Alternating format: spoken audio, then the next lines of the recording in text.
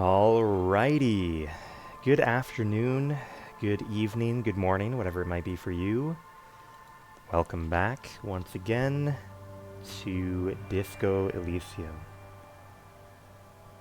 This will be our 5th session playing, and I have been convinced outside of the game to finally take the plunge and actually take the body off the tree. Ever since we had someone inform us kind of early on that you could technically beat the game without taking the body off the tree, it really tickled me pink, and I was going to try to make it happen, but people have made a good point to me that, I'm probably missing out on more than I'm gaining in terms of a gameplay experience by not taking the body down. So perhaps we will finally do that today. And that'll hopefully give us some new options to pursue while we wait for our frail physical body to improve. The corpse looks at you with bulging white eyes. The face around them does not look human. It's swollen and ready to burst. His lips are fish-like and his tongue like a ball gag in his mouth. You seem to be holding your breath. Look down. A cargo belt twists his neck at an unnatural angle. The body below appears stiff. It's letting out an ungodly rot. The smell seeps in, even through your clenched nostrils. Let go of your nose without throwing up. And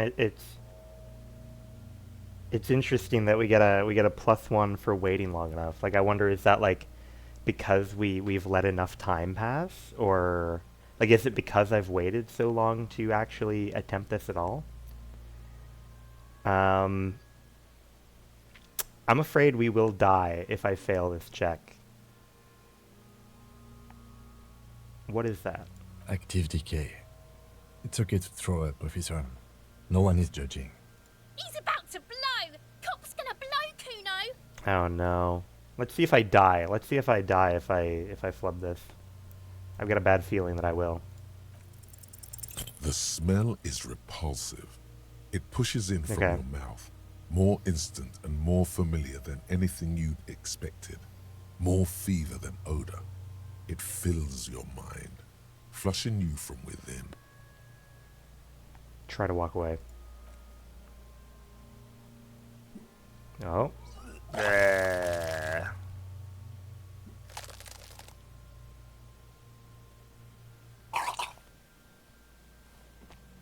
Too late. It's impossible to keep in. Damn. Your body curls and pushes it out, burst by burst, until a pool of vomit lies under your feet, and your throat stings from the stomach acid. Sorry, Kim. It's okay. Happens to everyone. Thanks, Keep Kim. The hangover is clearly making this worse for you. You could use some ammonia to clear your head. You think ammonia would help? If you can handle the headache. Some officers use it to deal with cadaverine odor. Not you. I can't handle the headache. Fair. Okay, where do we get ammonia? There's the fruit nearby. Maybe they have some in their apothecary. If they don't... There's a greenhouse here, and a gardener with a wheelbarrow on the corner of the whirling in rags. If she works here, she might have something for the summer. Oh no! It's a little bit of a chat, a little bit of a sequence break here. The gardener, we've learned, is not actually a gardener. The gardener is a lawyer lady. Pretty clever.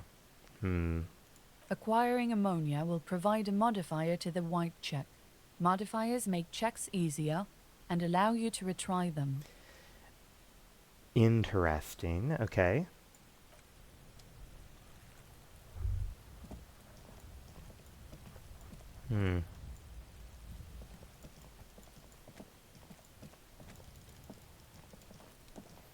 That is a bit of a sequence break, I think. Unless I'm mistaken about who the gardener supposedly is. No, I mean, definitely buy the wheelbarrow. So I wonder if we can still talk to her and be like, hey, you have ammonia, even though she's like super aggressive towards us right now. I've got nothing to say to you. Why are you wasting your time? So I suppose my only option then is to go buy the stuff from Frit.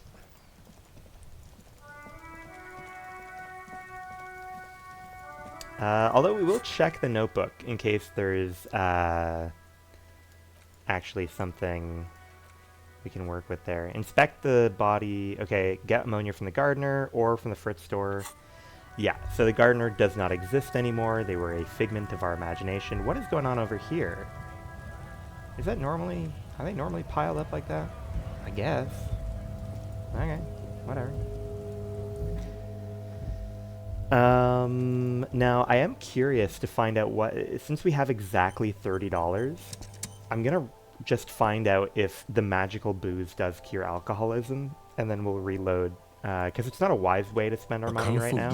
Again, I'm obliged to inform you that both alcohol and cigarettes damage your health. Give it to me. Here you go, mister. Thank you. Also, yes, I do have the lieutenant's handkerchief. Alcohol, pale-aged. How do I... Remind me how I do this?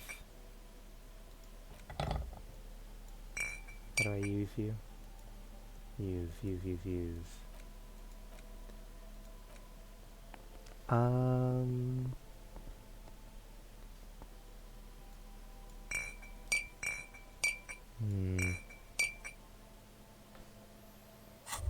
Drinky. Well, hello. Someone seems to have found himself a bottle of alcohol. Here's pale-aged vodka. This is rear game. No, The gods have been generous. Better pop it open before they change their minds. I'm not doing it. I'm doing this in an alternate reality here because I happen to have exactly the amount of money to buy the pale-aged vodka. And I want to see if the book that we got that inferred pale-aged alcohol can cure alcoholism is real before we do what we're actually supposed to do. Wow, the gods of mass production have made this alcohol container laughably easy to open. A child could have done it. Open the bottle. There's a satisfying crack as the cap comes off, and the hair on your back rises. We like don't an know. army at attention. We don't know that. You've been here before. Nothing. Some mental stuff. We gotta try it. Nothing to be worried about. Physically, you'll be strong as an ox. Take a sip. A golden sun melts down your throat. Its rays filling your nostrils with sunshine. Your stomach melts from it into a happy, gooey mess. Wow, you gotta... So does your mind. All the bad things are melting. You're you again. A real cop. Surprising number of... real detective. Incredibly well done. Surprising amount of experience. In the bottom right corner of the screen, there's an alcohol button. Alcohol gives +1 to physique skills. Physical instrument, half light, electrochemistry, endurance, pain threshold, and shivers. Okay. This is good before rolling a white check, but damages your morale. And remember, from the void we came, and to the void we must return. Wow. Okay, well, it didn't seem to cure my alcoholism. But either way, what I really wanted to chat to you about was... I clicked on the body, and we had a little bit of a sequence break because obviously we can't get near the body until we can smell the body. And I have a very weak baby body that can't handle it. And so they said, Kim said, oh, we can get some ammonia. Maybe you can get some from that helpful gardener out by the wheelbarrow. And of course, the gardener is a figment of our imagination at this point. There is now just an aggressive lawyer lady in the whirling rag, which is not willing to give us ammonia. Is this about the questions again? Because I don't really know anything. Do you have any ammonia? She looks up from her magazine. eyes filled with tired ennui. Yes, what we have is there, in the medicine cabinet. Go take a look yourself.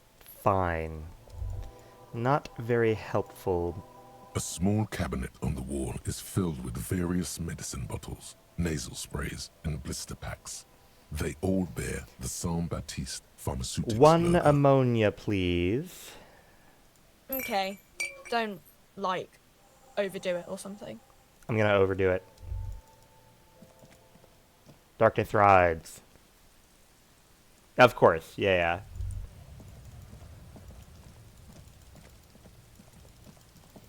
It's probably tough to imagine someone waiting until, like, the end of day 2 to, take the body down, if they're going to take the body down at all, right? It's probably almost everyone either does it day 1 like they should, or they're doing a run where they're not touching the body. So it's probably very few players that wind up in the edge case that we're in. There he still is, looking right through you with his white eyes. Bro, the body below is entirely dedicated to that corpse smell. I'm too weak Emitting for it this. is all it does now. The body's literally impenetrable. Here, we'll double check if there's anything we have that, like, boosts endurance.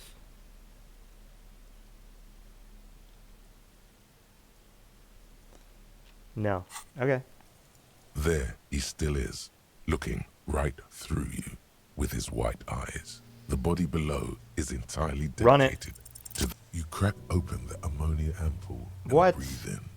The odor of death is I feel like that's got to strong. be, like, 4-star It's NG, a right? spell of the mind telling you to run, and your stomach to wring itself empty. With your eyes squinting, you stand in it. I can't tell if that was a legitimate roll or if they forced the RNG for that. It's a puzzle.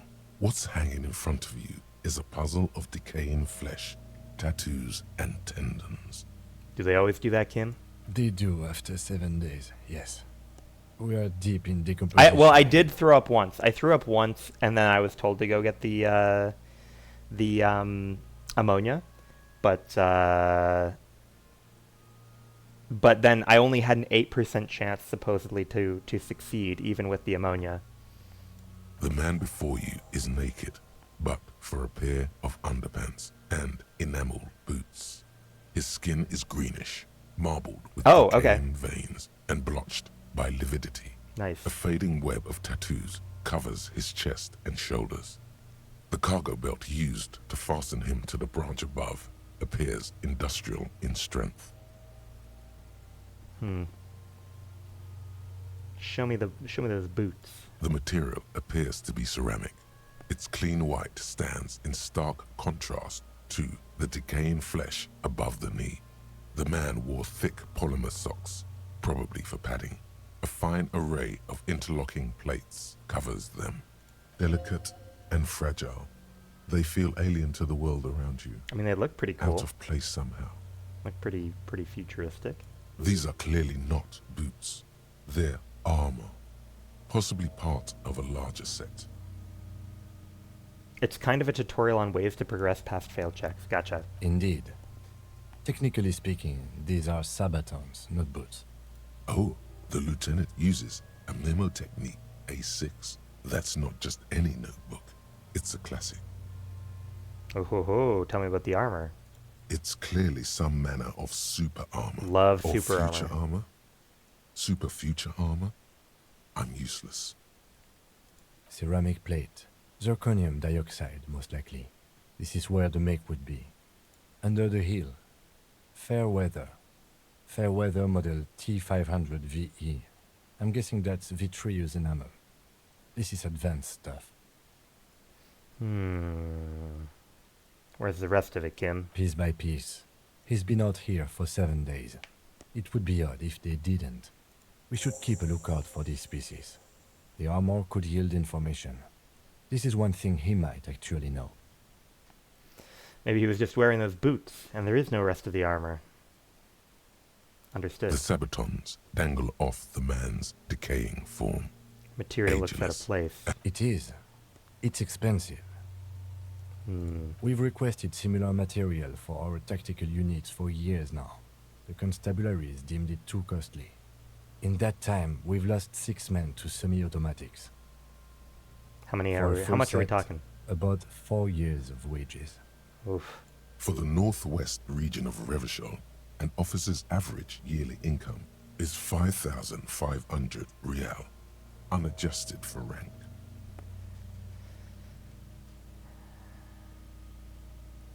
Ka-ching, baby. By catching, do you mean let's not? No, leave them as that's not what I enemies? mean. Let's steal them? No. What was that about the constabulatory before? You need to push some buttons if you want to recruit the lieutenant in a conspiracy. If this constabulatory is dragging their feet, why not start ourselves before more good men die? So they don't get shot in the foot? I think our extremities are fine without the dead man's boots. Oops. Well, no one said it would work. Back to detecting now. How could this man afford such expensive hardware? I mean, obviously he's paid for by the Wild Pines or something. Looks like he worked for a private contractor, like Evrard told us. Wealthy, with state ties. This is way above what we have. Knock on the boot.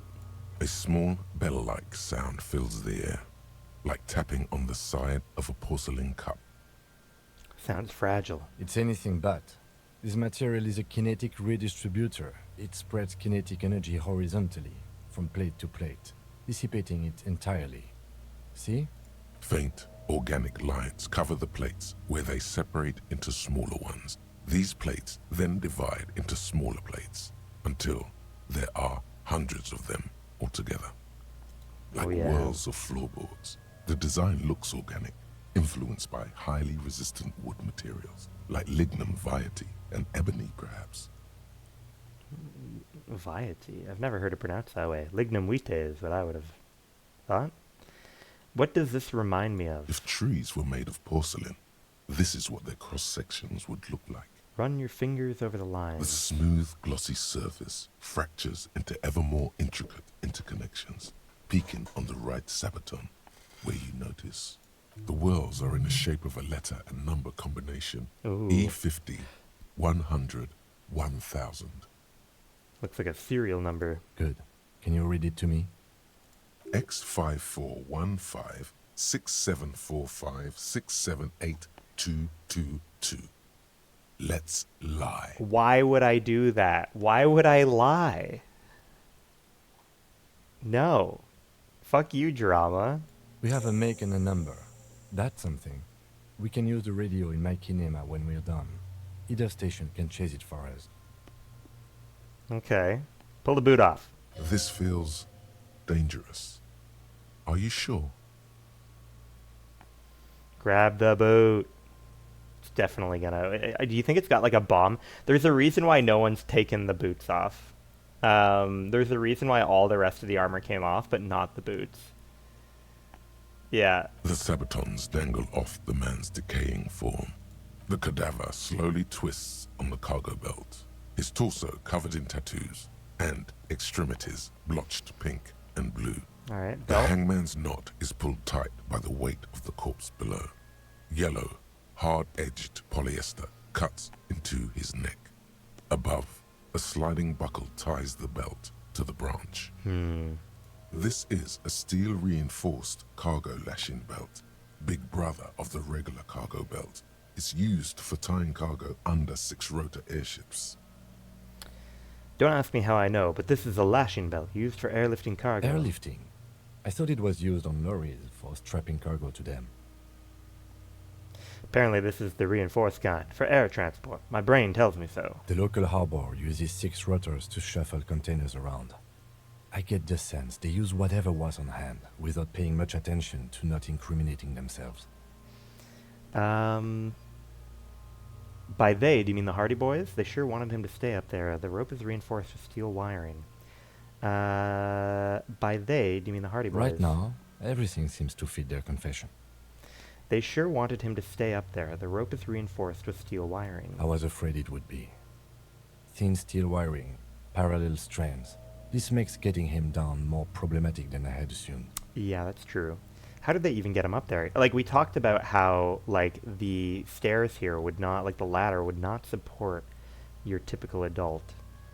A noose is one of those things that's easier to use one way around. Did they climb up using the kid's ladder? No. No, they probably looped it around and then pulled up like a pulley type situation. That ladder can't carry a grown man. I didn't see any splintering either, did you? I think they Yeah. lassoed the branch, then pulled on the belt to close the buckle. Yeah, Kim and I are on the same page here. Could be. The shape of the branch supports the theory. Back off and look at the The corpse. cadaver hangs from the cargo belt. Look at the An tattoos. intricate web of blue lines stretches across the torso, from the right shoulder to the solar plexus.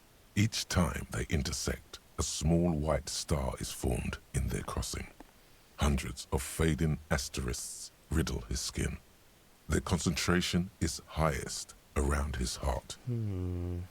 His corpse is marked by stars, What will mine be marked by? alcohol, and heartbreak. You don't know that, Inland Empire.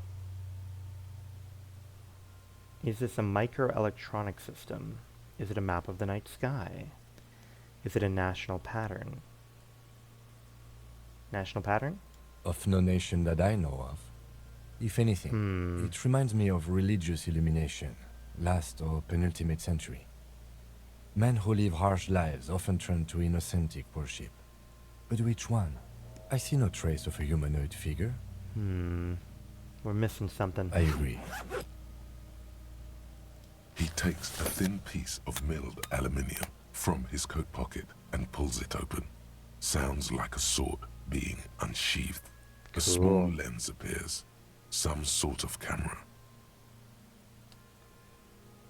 Let's let the lieutenant work. Shit, Kuno! What the fuck is that?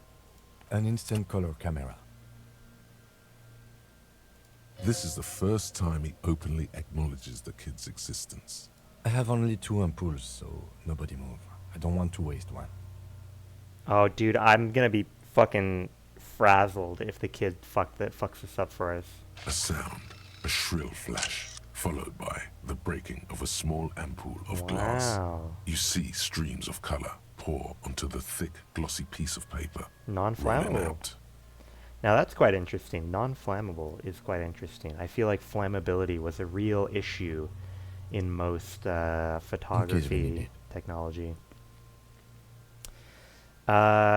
Cool machine. Yes, it is pretty cool, isn't it? It is. And what do we need the photo for? Of course, we're going to need it in case we need to chat with the church across the ocean or across the bay and be like, hey, this guy one of your guys? It contains insight to the victim's person. This was a man of physical violence. The story he wanted his body to tell was important to him. It is his letter to us. Now, if you could find someone to decipher it. Can I have it? Sure. Yes. Just don't lose it. The glossy-eyed corpse looks by, his mouth mute and his skin as colorful as the chemical rainbow on the photo paper. Look him in the eye. His eyes are milky white and blind to the world, protruding comically from their sockets. There is no one home, just subaquatic terrors there. Dark brown hair grows on his head. His face is ready to explode from the organic processes inside. The death's head grin has passed. What remains is an unrecognizable mess.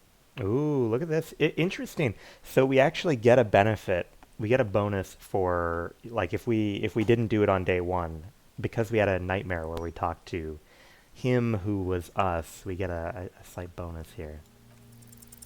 I'm gone.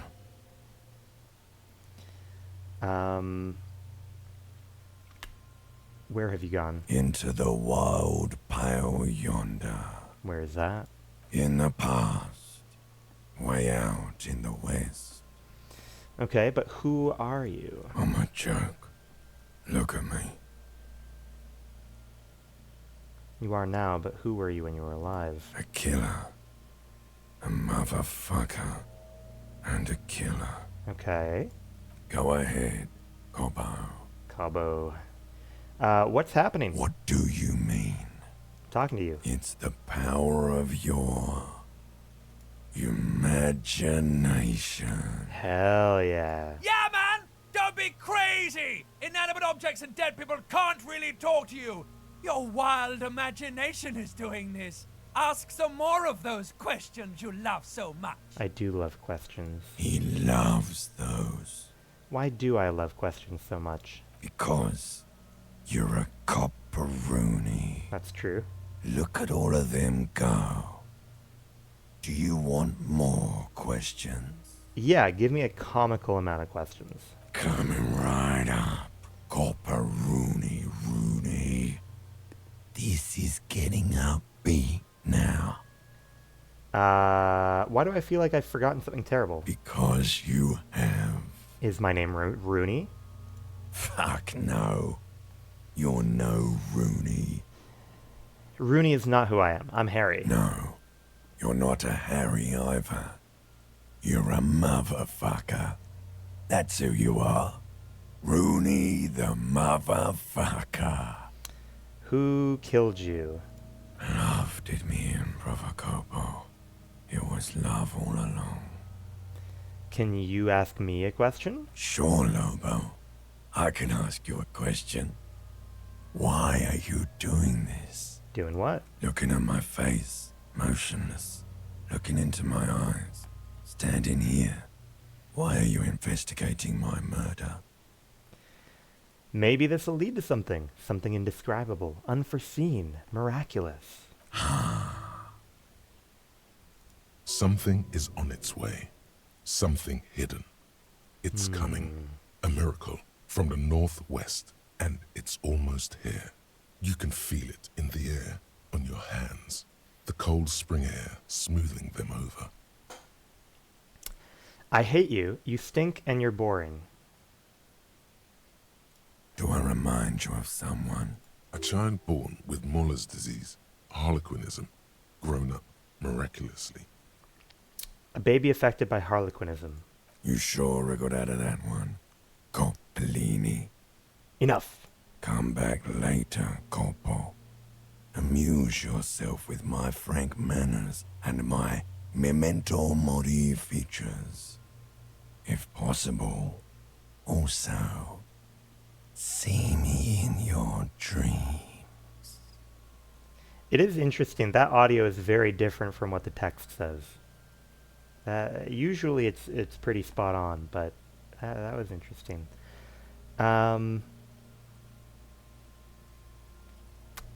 Squint and take a step back. As you narrow your eyes, the monster before you blurs into a violent mess of green and pink. This is a trick. You've done it before.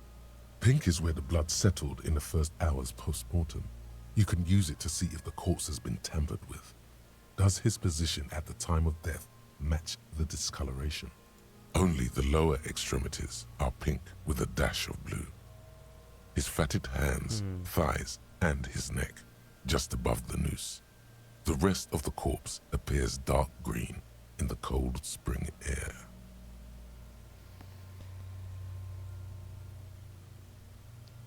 His face and hands are pink, thighs too. I see it. His neck too. The lividity goes right up his chin. We have good, well-pronounced discoloration here. Okay, relax my eyes.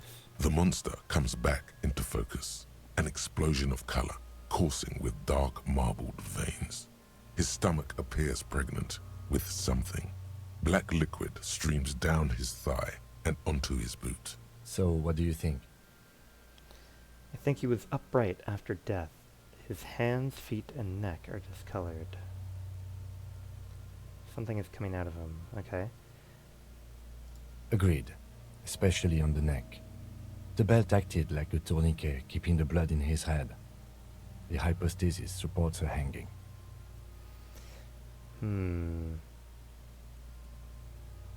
Could it still be he was moved after death? There's always a chance. We should check for ligament marks on his neck to see if they're in tune with the belt. We'll have to get him down first. There's something coming out of him. A pool of blood and feces has eaten into the frozen mud below the man's feet. Purge liquid is dripping into it. drop by drop. The victim appears to have contained no more than half a kilogram of digestion at the time of death. Okay, so he had not eaten in the whirling rag ahead of time. The fuck he's saying? Talking about shit.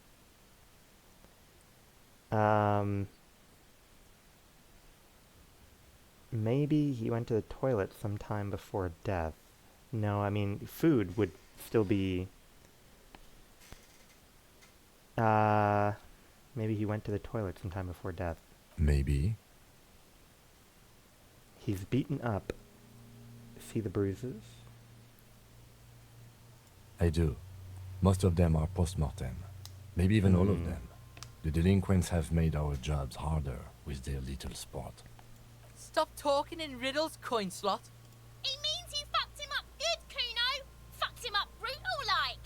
I think he's dead. I agree. There are crow's feet in his eyes. He's laughing silently. His personality is no longer a part of the world. Totally dead. The world no longer stores his personality in its composition. There was a time for that, and it ended 7 days ago. No, better not to say that. Too heavy. Totally. This Buster's not coming back. Deadity dead, dead, dead. What is dead anyway? Let's do the heavy one. That sounds about right, yes.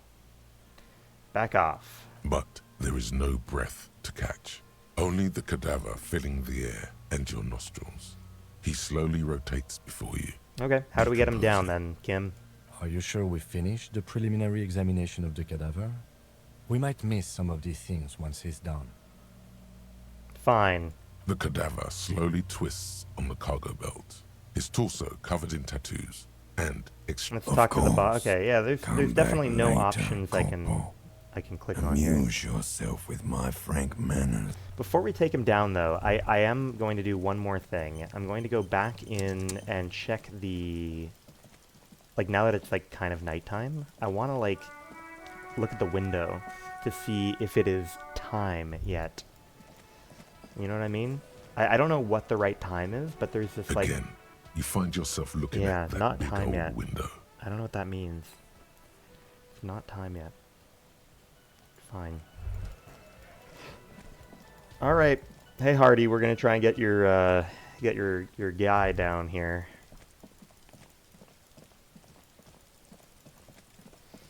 Now I have chain cutters.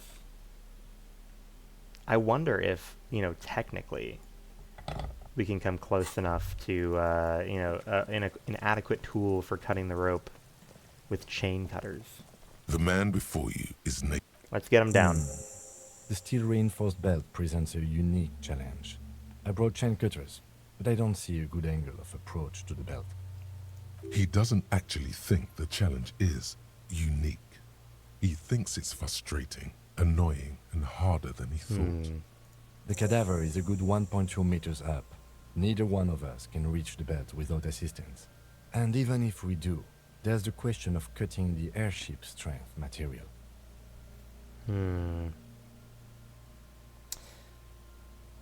We could saw the branch. I think maybe there's some help we could get, possibly. Climb up there and saw the branch? Yeah, it seems dangerous. There has to be a less risky way, with less falling down of trees. Maybe we can ask for help from the harbor. I was really hoping we wouldn't. The Union appeared to be suspect in this case. It seems like a dangerous route to go down. I would really prefer if there was another way. These people might have an agenda. Ooh. Okay, consider other options. But what other options? The corpse twists on the belt, like chicken on a skewer. Let's confirm why we shouldn't shoot him down. Yeah! Bang bang time, pig! Shoot his head off! How? Where the buckle ties the rope to the branch. That's a good spot to aim. The buckle. Where? Ah, yes, I see. If the shot hits that, there might be a chance to release the belt. Yeah, now we're talking. Entertain a Kuno with some shit. They'll miss! The pigs will miss Kuno! The lieutenant is undecided. On one hand, he wants to shoot some gun. On the other, it's an awfully stupid idea. Wait, let me try. Hello, welcome, welcome. How's it going? We've finally decided to take the body down, but we're trying to find the best way to go about it. Take the shot, Lieutenant. Hey, what could happen? I'll blow his head off. Take it! That Take would be the bad. shot. Yeah, take the shot. Silence. With his elbow sharp, the lieutenant unzips his jacket and produces a lightweight firearm. He drops a paper cartridge in the barrel, separates the scouring stick, and gives the cartridge 5 tucks. Alrighty. That's a Kiel A9090 Armistice, mass-produced muzzle loader, ascetic, frugal, one of the most common firearms in the world. He then steps back and assumes the fellow's desk position, taking aim. The corner of his eye twitches. His finger is on the Alright, trigger. we're not gonna say shit. We're gonna say nothing. He's gonna fucking miss. The kid's voice is drowned in Fuck. a shrill blast that echoes off the walls of the surrounding tenements. A cloud of smoke slowly parts in the air as the lieutenant steps back and says to himself, God damn it. Oh he no. feels bad about it. About his eyes mostly. Just having bad eyesight. Probably from a young age.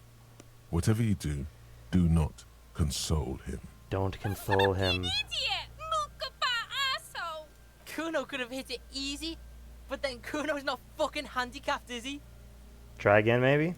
No, we are lucky as it is. We didn't break anything, and the victim remains uncompromised. Fine. Any more mistakes could put us in an unfortunate position with the locals. We have eyes on us. What I have now? to say, it's beginning to look unlikely we can get him down without assistance.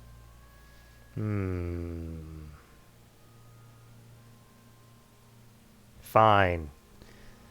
That is good to know. Thank you. Okay. They do have the tools and the men. And since it looks like they put him there, They can get him down too. okay. Let's do it in the lousy, dangerous way. Good job we already found a way into the harbor. Hooray for us. Won't it be dangerous? To ask the suspects for help with the victim's body? To be indebted to Everard Clare? Very much, yes. Which is why I would have preferred us to accomplish this feat ourselves. Clearly we can't. Suck my dick, bitches! Okay. Cool. Where are we? What are we gonna do now? How much longer are we thinking about? 2 hours. Cool. Oh, Everard. Do they want us to ask Everard, or do they want us to ask? Yeah, okay. Ask victim's tattoos, run the number on the victim's armor. Okay, yeah, there's a good number of stuff we can do, actually. Maybe we'll go back and ask Kuno first. Kuno, buddy, come here.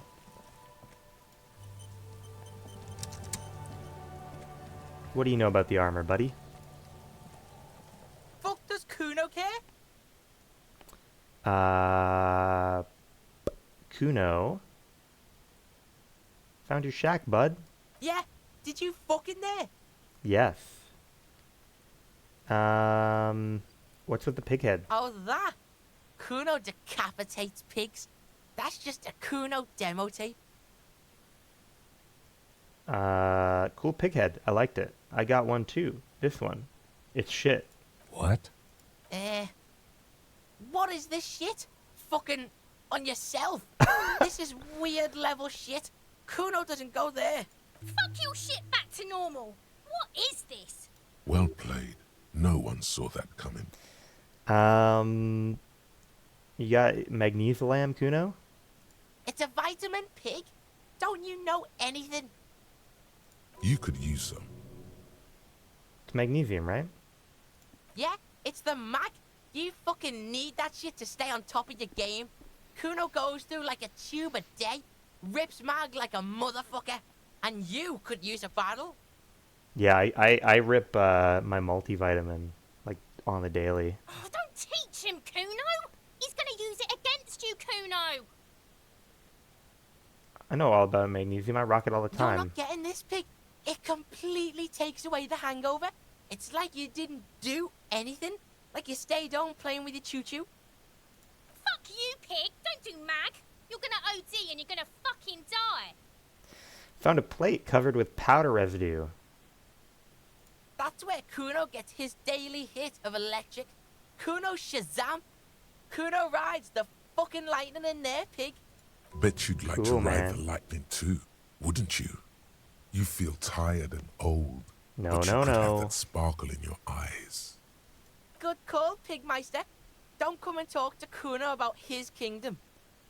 Kuno.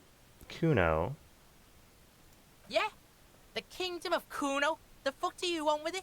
You ever climb that ladder? Look at that fucking shit. You're trying to get Kuno killed. So you would say that the ladder is unclimbable. Fuck does Kuno know? Kuno's not a fucking acrobat. That's true. The lieutenant takes a quick note in his notebook. It's a trap, Kuno. Don't climb it, Kuno. What's in the greenhouse, by the way? Dunno. Kiptas gardener used to work there.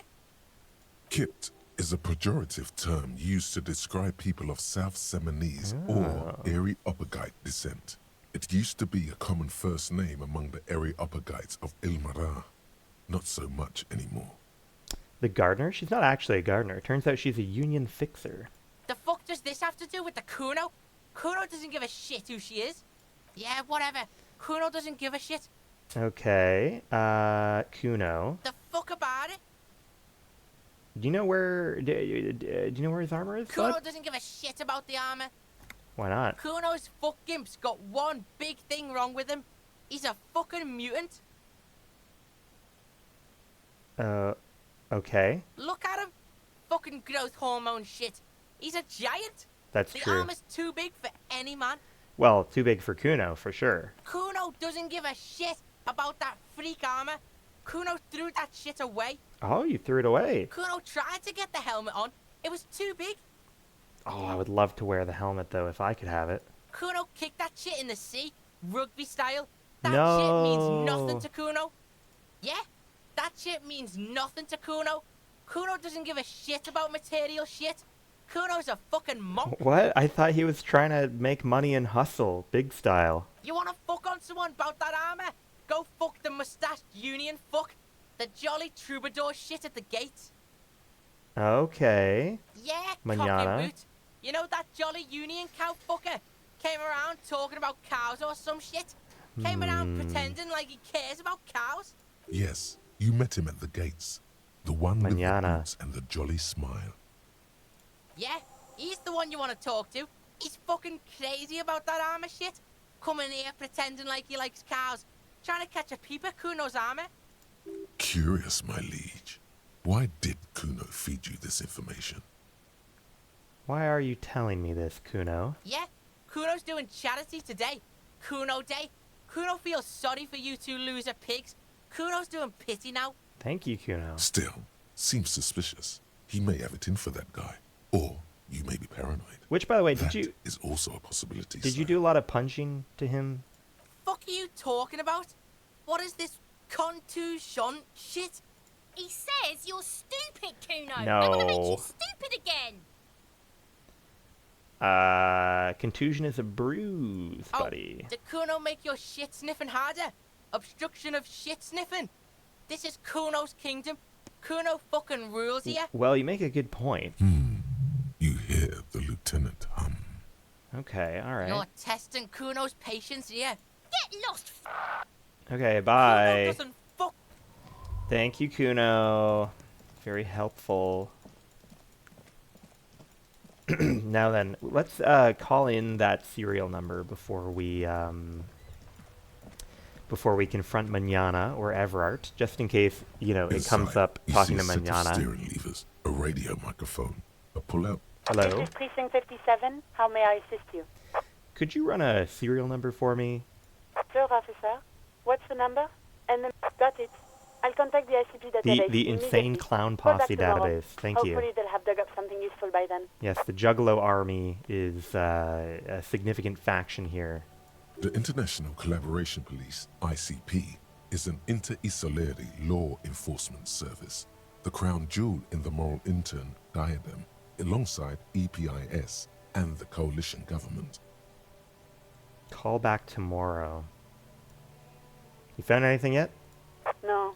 And I doubt they'll get back Fine. in 50 seconds. In the cabin, Fine, fine. Alright, Manana, you're the next on my list.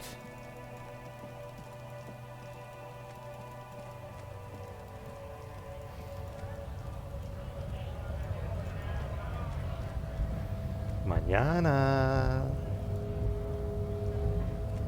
Hola, Wandering Man. How can I help you?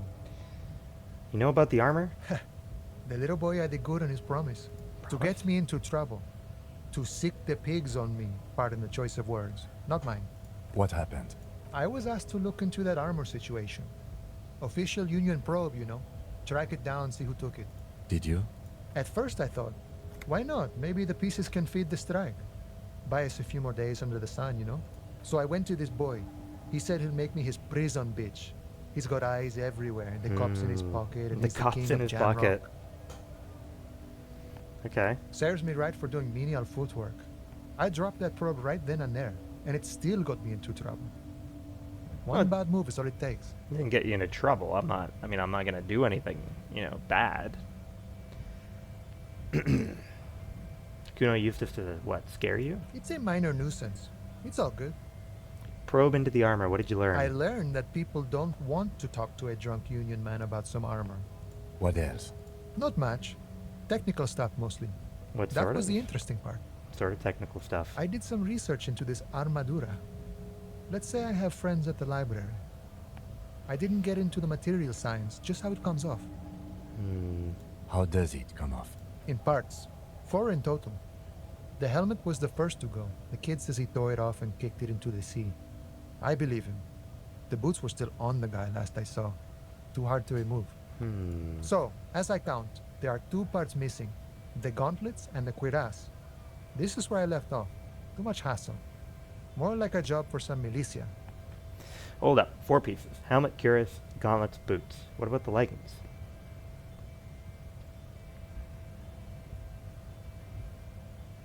Oh, they're just gone. They don't exist anymore, if they ever did at all. Forget about them. I did. I'm ambitious. I'm going to find all of it. All the pieces. All of it? There are junior officers out there, eager to prove themselves. I would leave some for them, and I would leave the boots to processing, but okay. Let's find all of it. Yes. it's implied he finds it unlikely that A Mesqui's epic then, all across Martinez. I hope it will be a real bonanza for you. It will. No problem. If you see that kid, thank him from Call Me Mañana.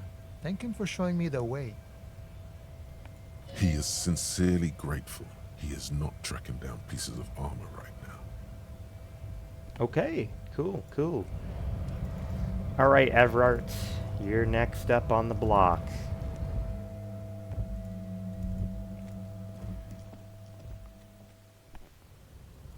Maybe who knows? Maybe we'll chat to Leo along the way. Just as a little treat.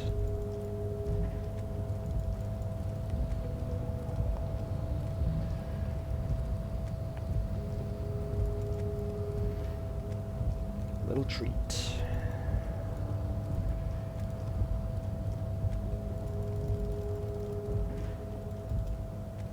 Oh, Leo, how you doing?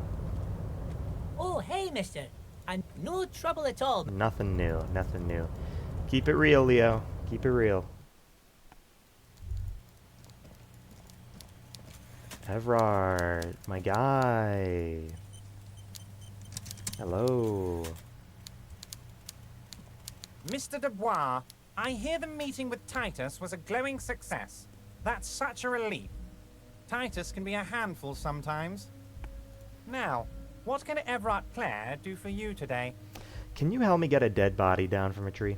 You might have noticed there's one hanging on a tree behind the hostel cafeteria. Oh my. Don't take this question personally, but why would I get involved in this matter? Mr. Clare, the man was hanged with a cargo belt. A steel-reinforced cargo belt. It's safe to assume the Union had something to do with the murder. Besides, getting the body down would benefit all of us. It's a stain on the neighborhood. You are a community leader. Help your community out. I can certainly see how having him up there might start affecting some real estate values. But of course, all joking aside, I am going to help you. Jean-Luc, my boy, I'm sending 2 police officers down. They have a dead body in a tree problem they need help with. Namely, they need it to be taken down. And, Jean, please take it easy with the race signs. He's had enough of that. Okay, You can find Jean-Luc down at the gates, but you already knew that. Anyway, he's going to help you. Excellent. Now remind me, is Jean-Luc Measurehead? Is that who that is? I'm assuming with the race comment. Because that would be pretty handy if we can get him to move out of where he's been perched.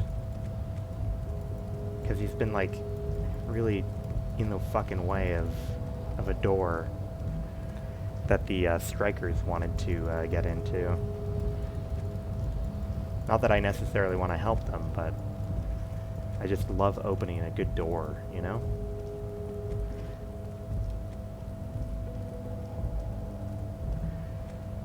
Awesome. Lovely guy indeed. Lovely guy.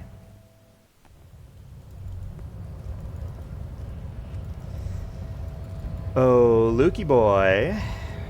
Hello. The unpromising race pupil returns. Can you help me get a body out of a tree? So it was.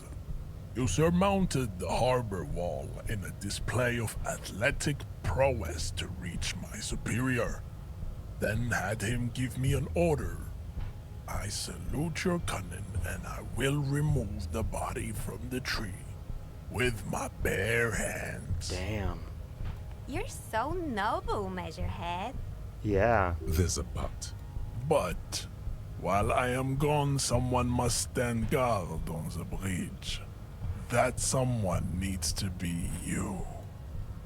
Both of you. Both of us.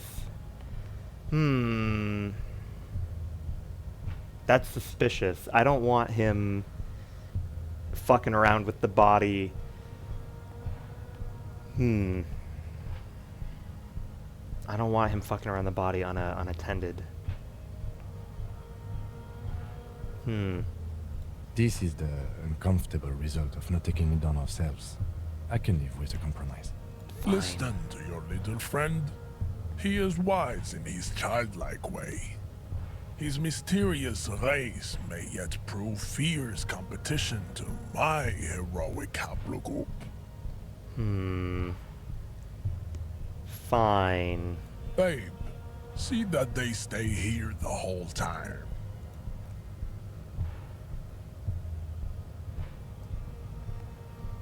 Measurehead, let me go touch that box. It highlights green. The woman's gaze follows Measurehead as he leaves. So, you guys are like cops or something? We're just trying to stop things from going to shit. Have you ever thought that maybe things should go to shit? I'm Katya, by the way. You hear that? That sound. He's breaking something. Yeah, Jean-Luc must be really tearing it up over there. I wish I could see it. No. Measurehead is blocking an office that, like, opens the gate to the harbor, apparently. And the leader of the scabs has been trying to get past him for, like, days. Jean-Luc must be really tearing it up over there. I wish I could see it. I also wish I could see it. Look at you! RCM rent-a-cops! Guarding that bridge like Everott's lapdogs! Is this where it's at now?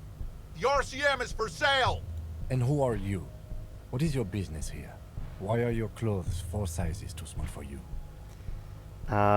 Yes, I am an unbelievably corrupt cop. I am corrupt every opportunity I get. I'll work with whoever I want.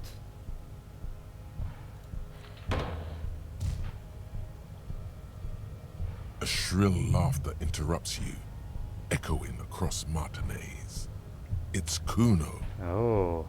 Then, the man turns to look behind him at the behemoth appearing around the corner, approaching him, walking past him.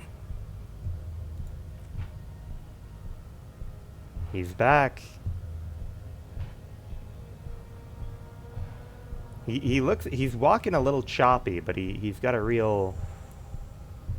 The corpse has been removed from the tree. Stand down and congratulate yourself. You have sided with Ray's victory today. Thanks, Measurehead.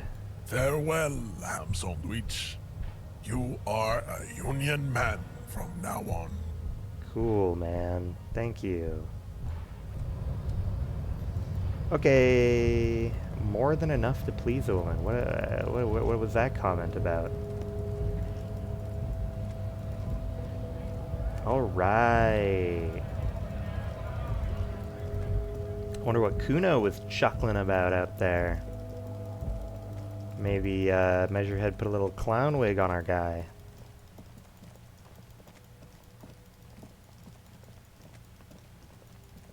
Hello. Oh, Kuno. Wow, he really did just fucking take the whole branch off, huh? Probably karate chopped it. Hey, Kuno. You missed a good show before. A kid came by and completely fucked the tree to pieces. He fucked the tree up! Fucked it good! It was porno! Well, I don't know if I approve of the way you're talking about it. You need to act decisively. It's Kuno. Use Kuno words.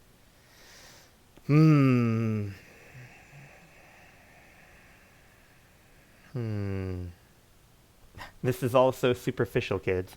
The race mystery runs deeper than you could ever understand.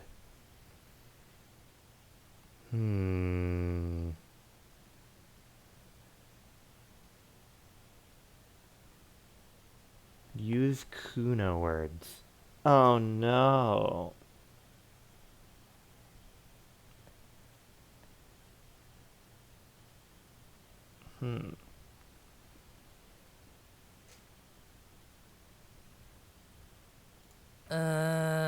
Stop choking, Kuno!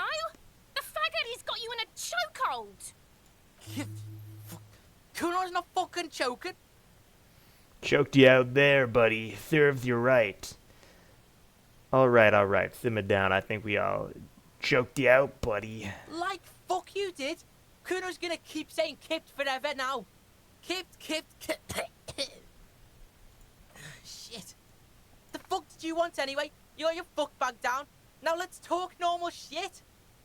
Yeah, let's have a normal conversation. Shoot that shit at Kuno, pig-o naught. Kuno, how about mañana? So?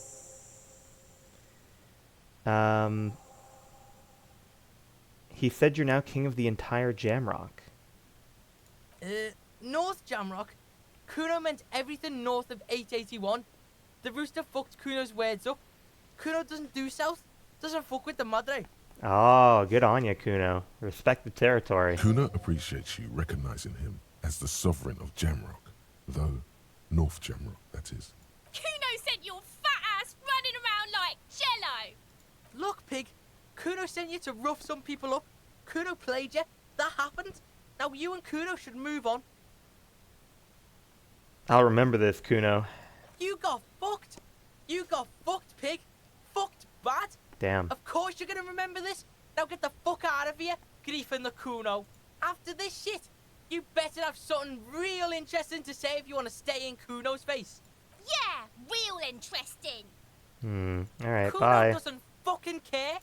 I don't know why I didn't expect him to be so volatile there.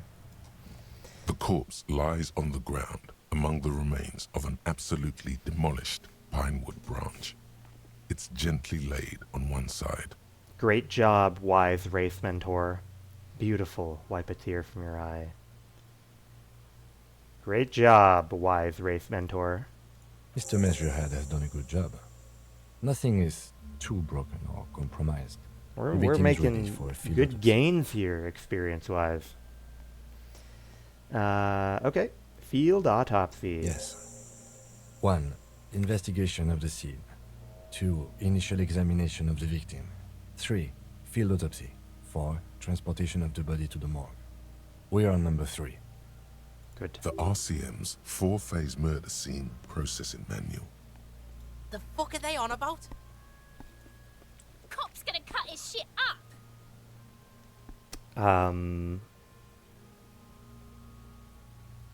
Got it. The lieutenant adjusts his glasses and takes a deep breath.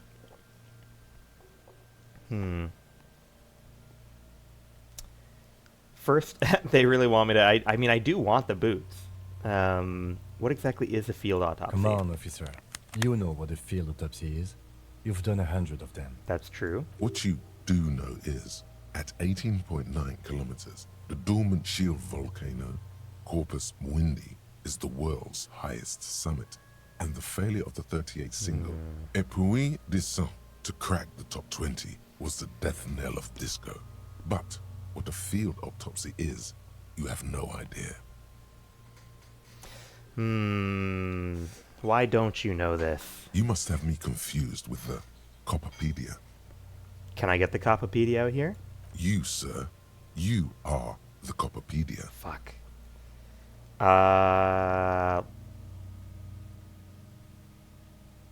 Okay. There truly is a time for everything, even for yellow gardening gloves. However, they are lacking hygienically. I suggest you get in there in limited capacity. Okay. I'll ask you when I need you to. For the most part, maybe I should handle the contact and you take notes? Show them the That's form. right. Okay. Yeah, we got this. We're smart. Tell me something, dead man. Shoot, Looney Rooney. Enough. Come back later, Corporal.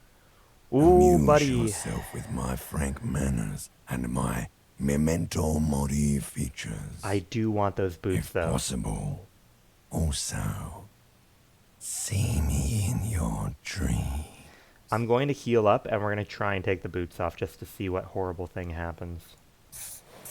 I thought we decided to leave it to processing. Let's not turn this into some kind of circus. Okay, so you can sneak out of your room maybe, after he's gone to sleep. Open your ledger. Okay. The dead man stares in silence as you crack open the ledger.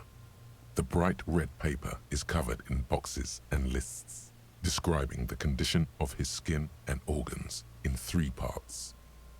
Above those, an 11-field info form needs filling out first. It begins with Number 1, assistant. That's you. HDB. No, you know what? Harry Dubois. The corpse is indifferent to your scribblings, just lies there. The next box Okay. says Coroner's case number. KK57-0803.0815. KK equals Kim Kitsuragi. 57 equals Precinct 57, followed by his date, Yes. 0803, and time of arrival, 0815, on the scene. He's indexed the case after himself, not you. Not me. That's because he doesn't want to bring up the messy question of your initials. Why not? What's wrong with my initials? Is this like another sequence break where like they think that I shouldn't know my own name, or? And what would that make the alphanumeric? HDB 41, 0803. Help me out with the time of day, anyone? 11:11. It's meaningful. 10:15. It's understated.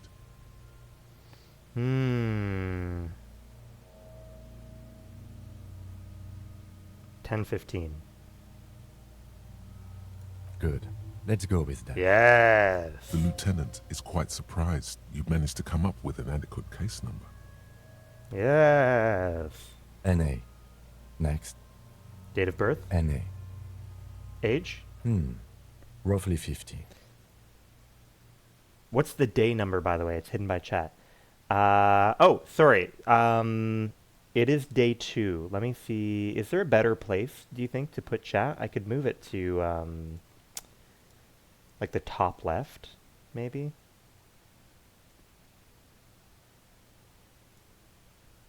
Put it over there. Yeah. Good question. Day 2. Dry 40. The damage is so extensive, it's better to err on the young side. I'm gonna write 42. He nods. Race. Mondial. Fair to olive-skinned, from the Isola of Muindi. This is as vague as it gets. You might as well say whitish. Write it down. The pudgy mess of curdled meat looks neither mondial nor anything other. Sex. Fucky! Male. Pigs can have sex. Right fucky. Right pig's gonna have sex. Male. Nor does he look male, with his pregnant belly and indistinguishable face. Date of death. We're still going with March 4th. 51. Okay. What else? 9. Body identified by is non-applicable. 10. Case number is the same as the coroner's case. I'm almost on the exact day. Yeah, good point. HDB 41. We really are playing this at the right time. 0803.1015 listens, motionless, with the cargo belt still around his neck. Only one box remains. Evidence of treatment. Just gotta have a drinky drink. None. At least not after the initial examination. A strange word. Treatment. What exactly is treatment? Interfering with the body's position or wounds post-mortem. Didn't the footprints look like he was carried over? They'd have to have incapacitated and carried him over. This man was more than a match for untrained dog walkers. Yeah. Your central nervous system recognizes this gesture. It's the stations of the breath. Ecclesiastic, religious in nature, a holdout from pre-DeLorean burial rites. It takes him 2 seconds to perform. Then, somewhere in Jamrock North, a small wood shed behind Rosencrantz Row, Lieutenant Nick Feuerbach puts his hand to the chest of a small corpse, no larger than a monkey. It's raining outside, light drizzle. There is darkness in the shed. Elsewhere yet, an obese female sits in a wicker chair, her silhouette bull-like against the window. Outside, Grand Coudon. The day is turning dim for Sergeant Mac Dawson. Hand extended, he approaches, to make sure she is dead more than anything else. And so, all across Jamrock, Coal City, GRIH, 42 deceased persons found today, 42 stations of breath. So the body was found on, or the person died on March 4th, but I think literally Harry began the game today, right? March 8th at 10:15 a.m. That's pretty cool. So that's when Harry arrived on scene, March 8th. Yeah, crazy. So all across Jamrock, it is spooky. I agree. We should start the post-mortem. The corpse cannot feel Kim's hand on his chest. It no longer meaningfully interacts with its surroundings. A thicket of boxes and lists Truly. on red copier paper tries to answer why. Okay. External examination. Clothes. The deceased wears armored boots and white briefs. The make of the briefs is Babrodine, I think. Let's see. See, it's happening. Kuno, come on. Babrodine, yes. Inexpensive. Size M. Color. The disappointment is palpable. The red-haired thing was expecting something more lurid. Write it down. The rest of the clothes have been removed post-mortem by scavengers in order to get to the victim's ceramic armor. Officers are in search of the missing pieces. Removal of the boots is left for processing. We'll see about that last part. It would be clever of you to omit the boots altogether, sire. If you are to keep them for yourself, as you ought to, you have deserved them more than anyone else. When am I going to get them? Tonight. Patience. After the autopsy, before the body is taken away, there will be a window of opportunity. After the lieutenant has gone to sleep. I hope this has helped you, my liege. Omit the boots. The boot has a serial number. It's E50.100.100. The lines between the plates are in the shape of the alphanumerical. Could you imagine if I show up fucking new purposefully boot concealed goofing design. tomorrow? I'm like wearing these fucking boots when I greet Kim in the morning. Tattoos. The upper torso is covered in a single continuous tattoo, resembling a national pattern. It reaches from the right shoulder to the heart. The ink is blue and white. The assistant has a color photograph of the markings to be added to the case files as document A1. The photo is taken on the scene using a Trigat Mini. The deceased has a belt for airlifting cargo around his neck, tied with a hangman's knot. Color yellow. Length 3 meters. There is a buckle on the other end. Well nourished, athletically built, measuring 1.8 meters. Generally consistent with age 42. Preservation is good. Ambient temperature below freezing. Body hair is light brown. Distribution is consistent with the age. The deceased had male pattern baldness. Hair is combed back, short. Touch the corpse's hair before moving on.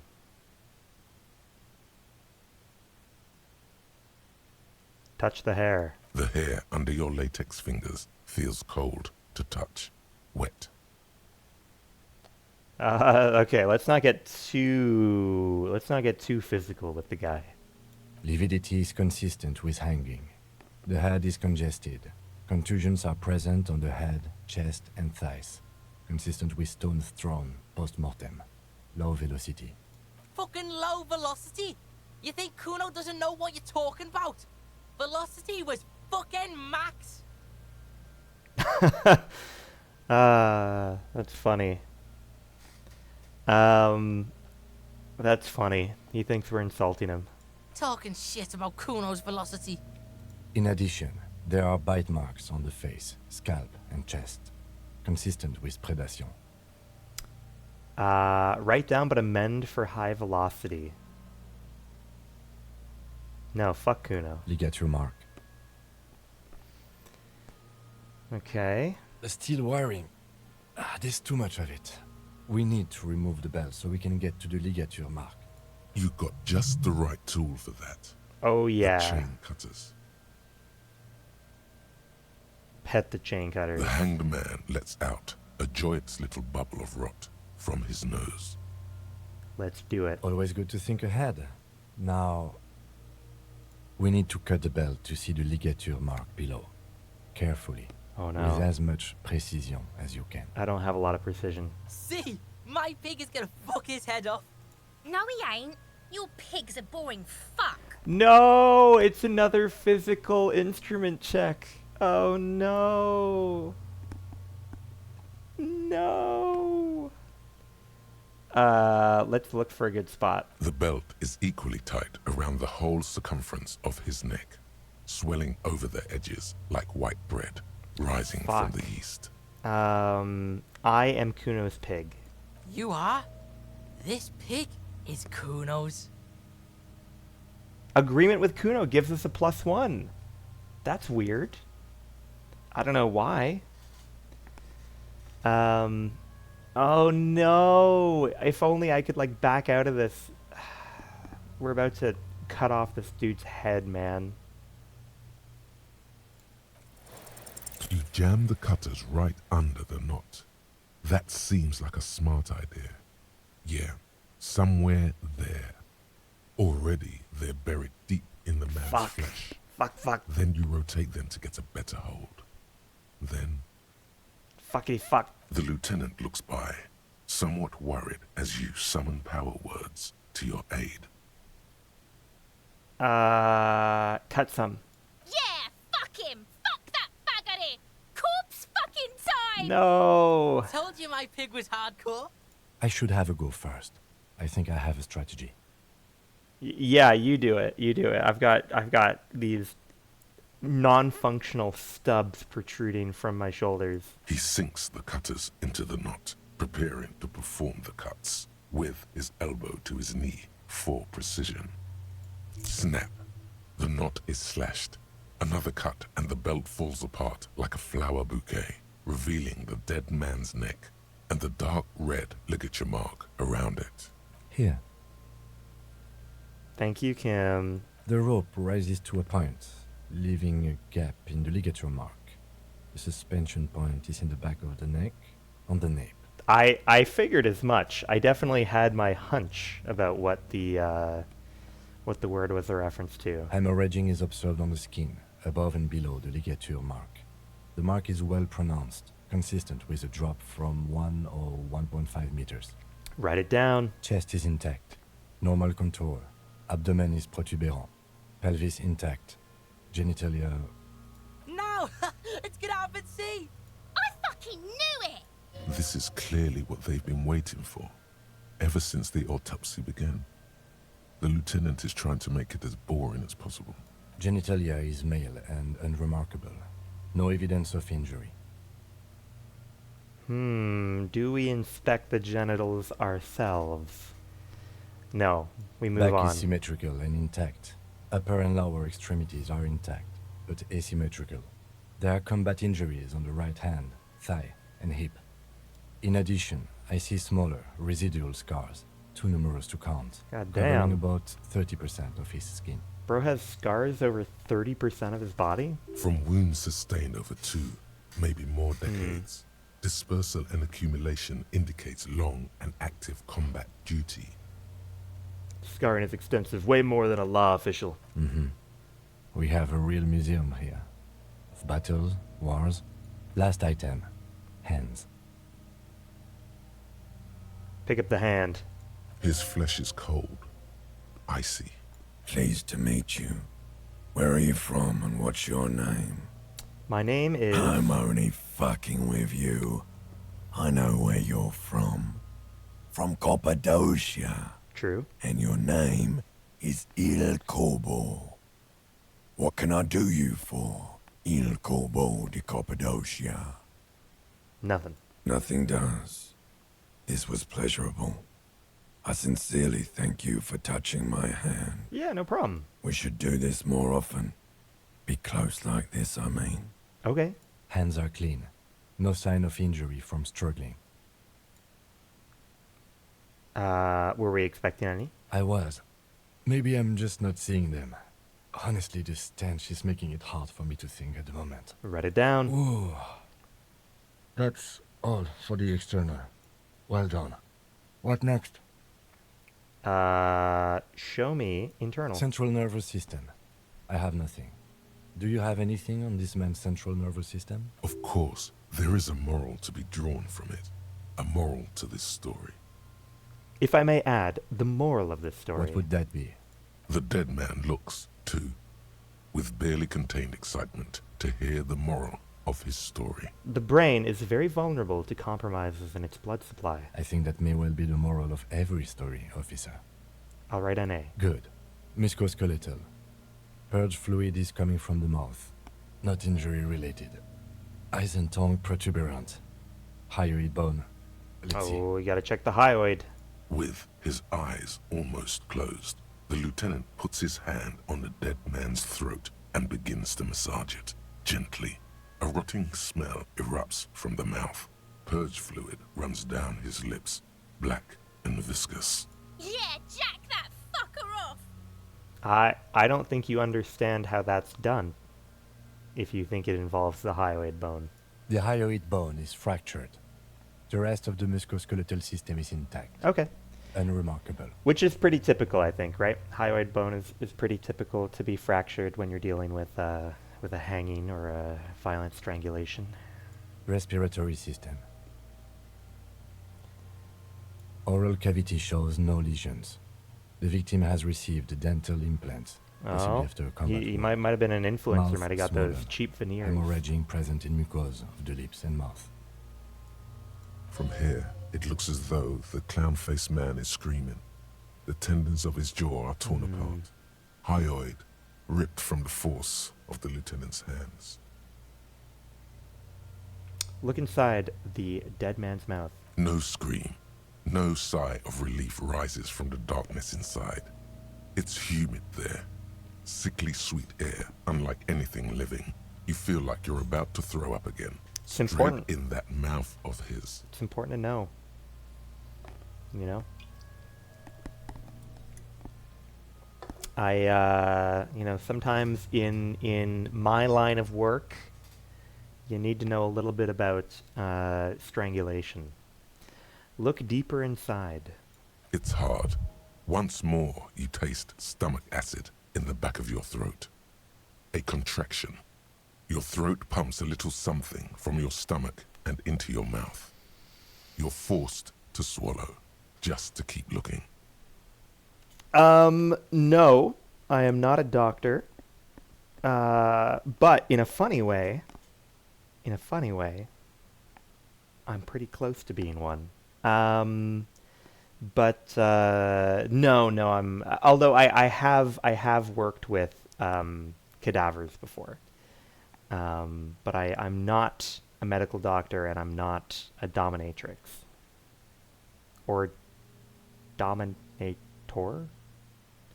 Do they have a like a full word that is actually used for like a male? Because like, I mean, people would say like you know, you can be a dom, but like, what do they call? Because a dominatrix is obviously the feminine form of the job. Inside, you see darkness. I'm not hip to the Just groove a enough mess on of what the meat lingo and is on the in darkness. crowd for like if you pay a male to dominate you.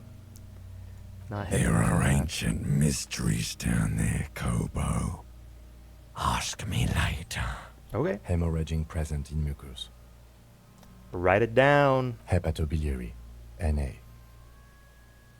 But yes, no, I was very fortunate. I'm not a dentist. I am not technically, I'm not a medical anything. But I did have the opportunity to work with cadavers. And it was a very cool experience. It was very difficult. But it was cool, you know. I have like a drawer full of, you know, shoulders, drawer full of pelvises, stuff like that. Am I a necrophiliac? That's a good question.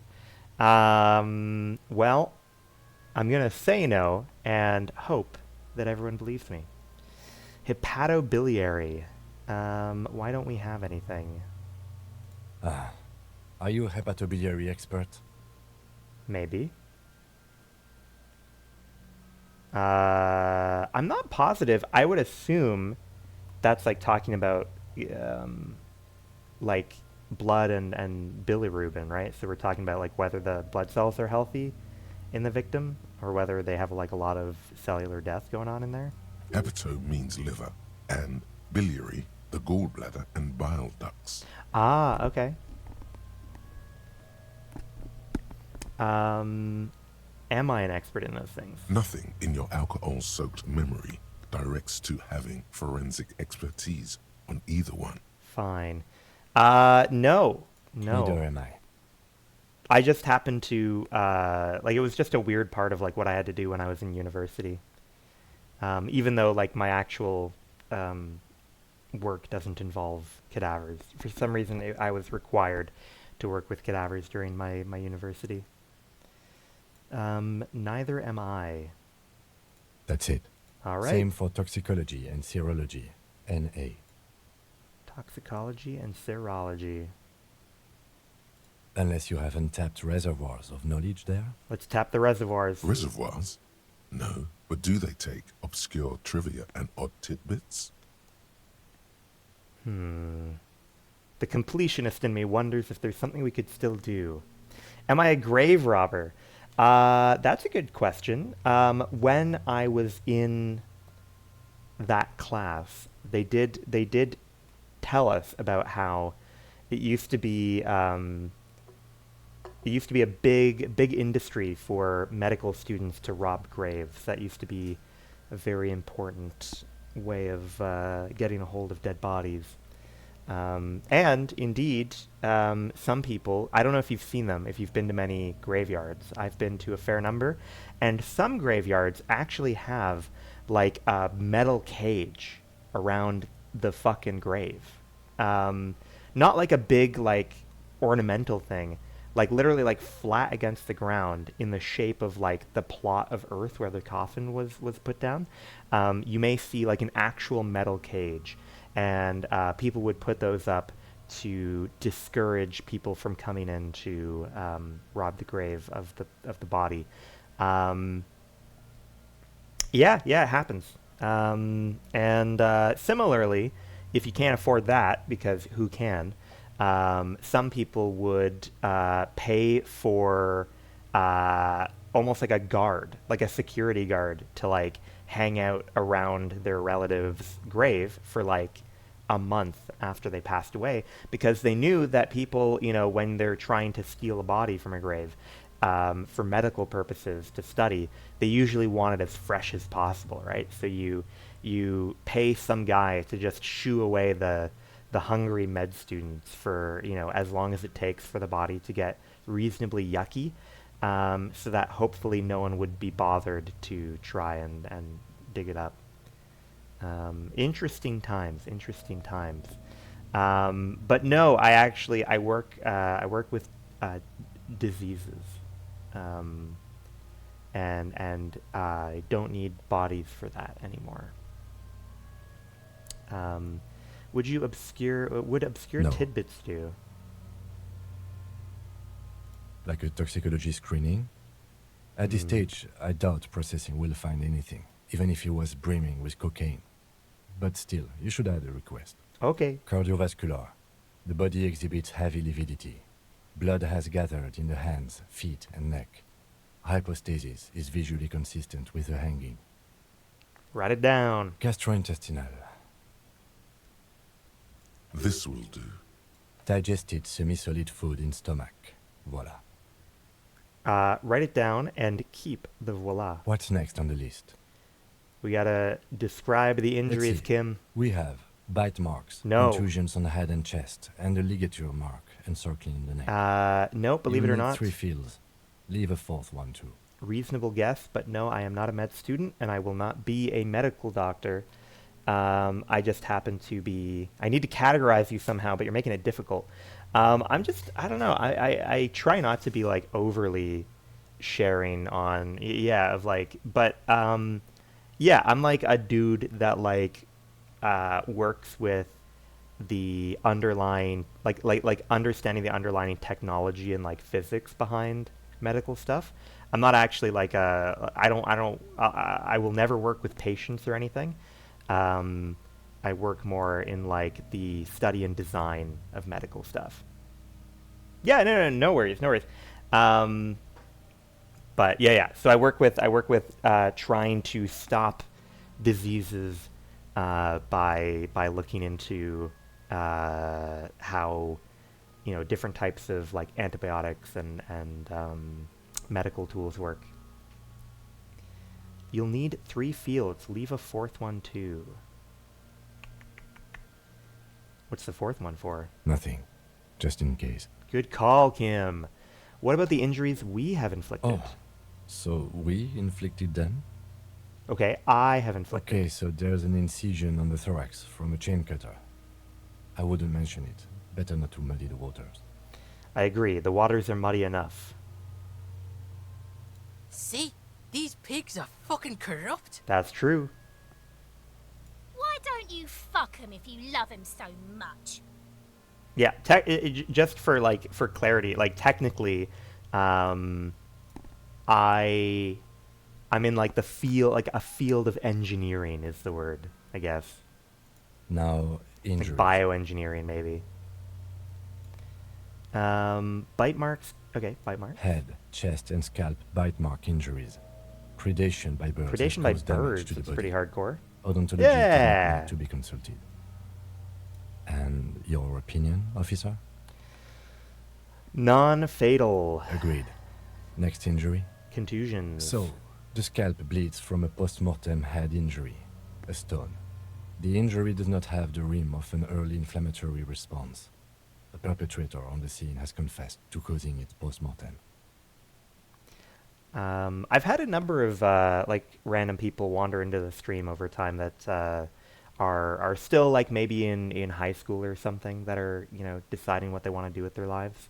And I actually have some family members that are in a similar point to their lives. So I hope that those people all manage to find something that makes them feel happy and satisfied with what they're doing in life. I think it's a lot to put on young people, but I definitely feel very fortunate to have been able to like study what I wanted to study and try and do the stuff that I want to do. At maximum velocity, fucko! Those are some good examples. I've taken, you know, some courseware focused on stuff like that. I work more with like understanding the actual like agents of disease. So like I study bacteria, I study viruses, stuff like that. But there are definitely, you know, has confessed to tons of cool people that work velocity. on like implants and stents and things like that. And I've had to learn a little bit about those types of things and why we would want to use, you know, one material over another material inside the body, stuff like that. Yeah, that could be too. The actual like the, you know, departments that I've done my work in go by the name of engineering, but definitely you know, in science there's a lot of overlap between similarly named fields and departments and faculties. I think what's the other word? So microbiologist could be another word.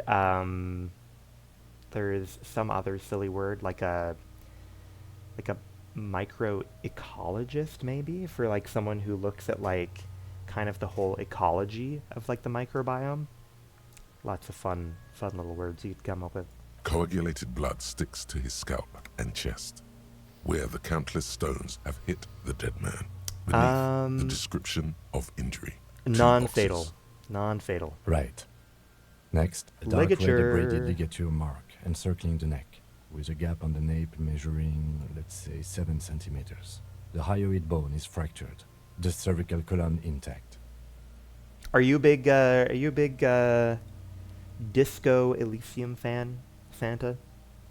Do you like regularly, like have you played it multiple times yourself? Were you specifically wandering through the Disco Elysium like stream category when you came across this, or what's your level of attachment to the game? I see hemorrhaging on the skin, above and below the ligature mark. Depth of the mark, 1 centimeter. No signs of clawing on the neck. Write it down. Below the note, 2 customary boxes wait to be ticked. That's the true. The man's head jerks to the side.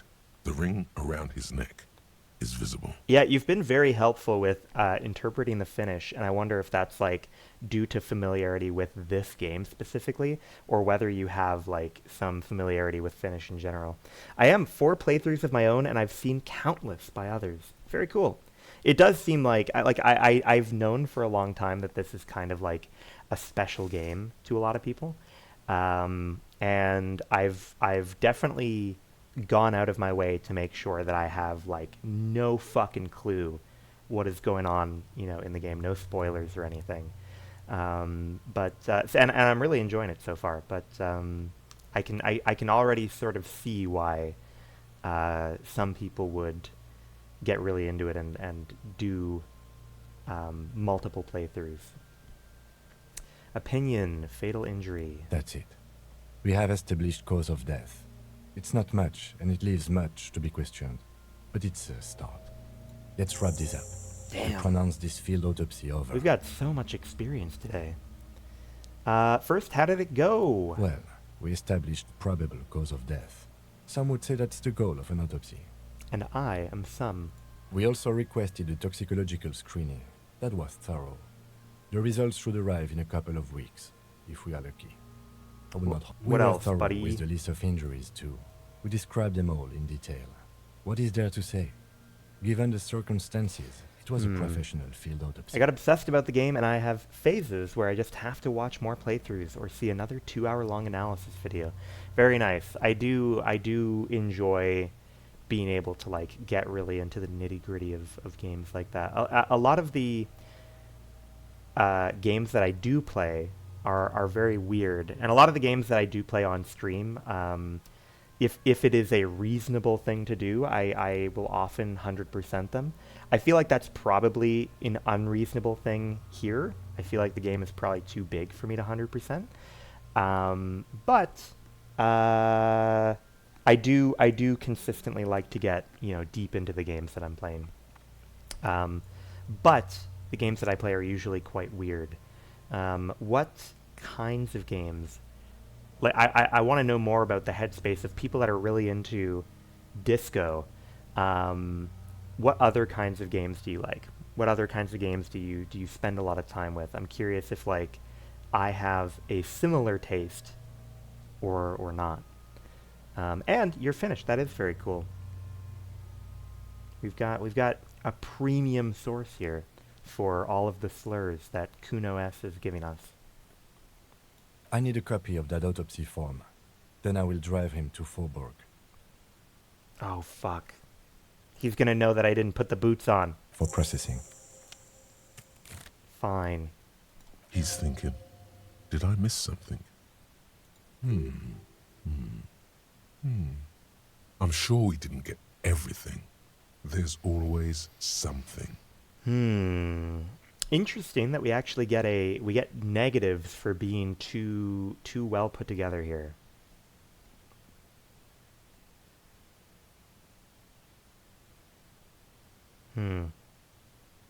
Leave. Yes, leave the body there. I may or may not need to take a look at it mano a mano tonight.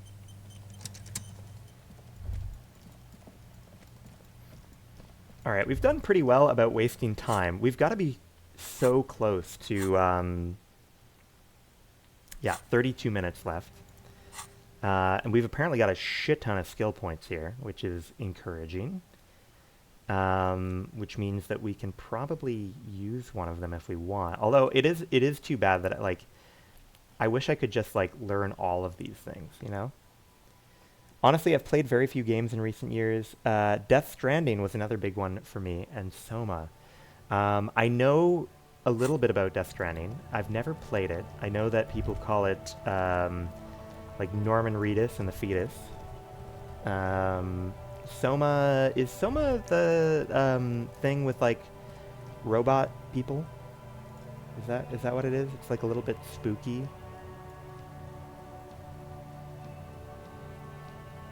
I think it had, like, did it have, like, an ARG or anything?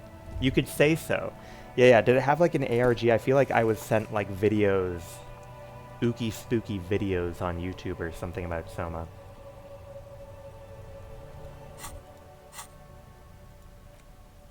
Alright, we've got all kinds of cool shit in here. Let's take a look at these tattoos. An intricate web of blue lines stretches across the torso of the hanged man, from the right shoulder to the solar plexus. Each time the lines intersect, a small white star is formed. ARG, sorry. Hundreds of fading asterisks riddle his skin. Their concentration is highest around his heart. Sorry, so yeah, an ARG is like an alternate reality game. It's like a weird niche term for, like, a set of kind of mystery videos that people put out on the... Usually it's videos, but it could be like a website or something. It's kind of like a semi-interactive media that someone is putting out to tell a story. I don't know, a long time ago there used to be, it was popular on the internet, characters like Slender Man and you would have an ARG where maybe someone's uploading YouTube videos of oh, hey, we're doing something totally normal, and then in the background you'd see something spooky like Slenderman skulking around, and there would be a little bit of interaction between the people making the videos and the audience, and they would try and piece together the mystery of what's going on. I know Soma's a game. I don't mean that Soma is an ARG, but like there are a lot of games that have an ARG component, and I'm pretty sure if Soma's what I'm thinking of, there were like a bunch of YouTube videos that took place in the universe. Kind of like creepypasta stuff. Yeah, kind of like creepypasta stuff, just usually like a little bit bigger in scope. If you've ever, I don't know, there's like a kid's cartoon called like Gravity Falls. They did, that's fair, okay. I might just be mistaken. But either way, I got a cool impression from Soma, even though scary stuff does spook me.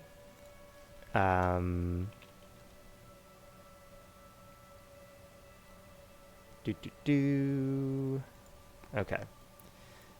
The pattern still kind of has an ethnic feel to it. An ethnic feel? But nothing familiar. What's the meaning of this tattoo? For you to discover. You've gotten as far as you will without assistance. Someone close to the victim might know. Someone who knows about history could tell you. Someone who knows about history.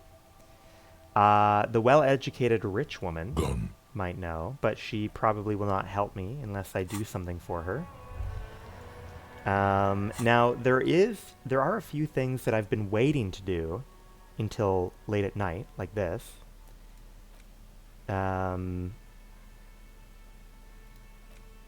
Medicinal purposes of the Pearl.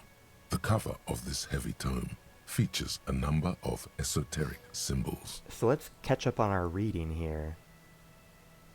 Although it is spooky, but it's not the main purpose of the game. Okay, cool.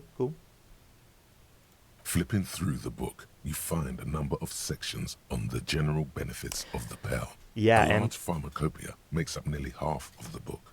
Amnesia is definitely a bit of a spooky series. I only ever did play a bit of the first one though.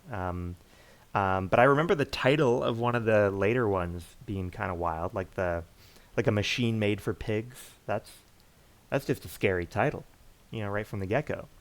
What's a pharmacopoeia? You come across the following explanation.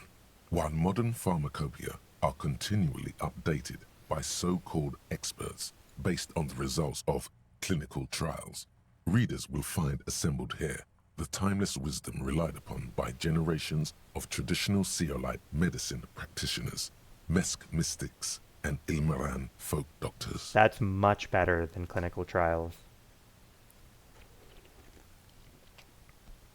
That does sound like a fun bonding experience. Bonding through shared trauma of amnesia.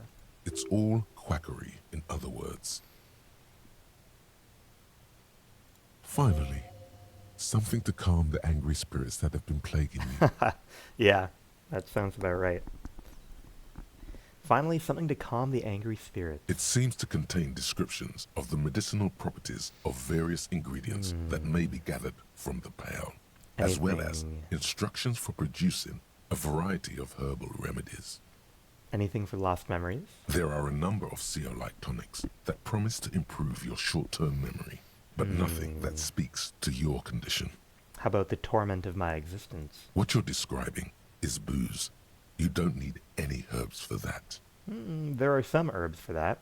Anything about curing an apocalyptic hangover? There's nothing in here that speaks to hangovers directly. However, while browsing through the various descriptions, you become convinced that you could assemble something from the ingredients listed here. Want to give it a shot? Okay, yeah. First, you need to choose a base ingredient. Ooh. Ginger. Next, you'll need to combine the base ingredient with an appropriate vehicle. Birch bark. Lastly, Is there anything else you'd like to add? Sugar. The ginger root will help with the nausea, and the birch bark tea will help you flush out the toxins. Hell the yeah. sugar just makes it taste better. Hell yeah. The very thought of this tea causes your muscles to relax and your mind to clear. You're more present and in control than you were a moment ago. Favorite. A tingle rushes down your spine, and you feel your toes uncurl. If only it could always be like this. Put the book away. I like that. Okay. That was helpful. Let's see. White envelope. You take the legal documents out of the envelope. A 12 to 40 month construction period and the zoning plan in the addendum. Look at the zoning plan. The youth center cuts into the ocean like the bow of some great modern ship. Apparently, it's going to cover most, if not all, of the street and the square between the existing houses. It's 3 stories tall. It's going to be awfully close to the already existing buildings, almost wall to wall, practically integrating them into the youth center. This is either an ominous or cool architectural choice. Hard to say. My money is on cool. Looks like a cubic pyrite. We actually get a negative because our inland empire thinks it's so cool. Yeah, there's got to be a loophole here. There is no loophole. The simple truth is the current residents are going to lose their street access, and for the next 12 to 40 months, their lives will be dominated by constant construction noise right next door. Wait, what are the ramifications of this? Once the construction starts, it'll probably take a few months, a year maybe, for even the most stubborn occupants to get tired of living like this. After that, they'll sell their property for cheap and move out. I've also played tons of Factorio, otherwise just random old games and story games, just casual variety gamer. Fair. And tons of hours in old school RuneScape. Very nice. I have never gotten too far in old school RuneScape, but I've definitely had the itch a few times in my life, and I've gone and made an Iron Man account and got one skill into the 90s, and then been like nah. But I've never gotten like multiple 99s, I think. But Factorio also very cool. I also I've played I don't know, maybe 30 hours of Factorio, but I've never launched a rocket. Have you launched rockets? I'm curious. I assume you say you've played tons. I assume that I don't know. Have you done like a mega base where you're like launching a shit ton of rockets or anything crazy like that? I do play a fair number of like older games though, but the old games I play are very ugly and very I don't know, esoteric. Look, Kim, this sucks. I should have seen it. Evrard probably has eyes on us, but we could try to get other people to sign this instead of those listed. Or you could forge their signatures yourself. By the time he finds out, we'll already be gone.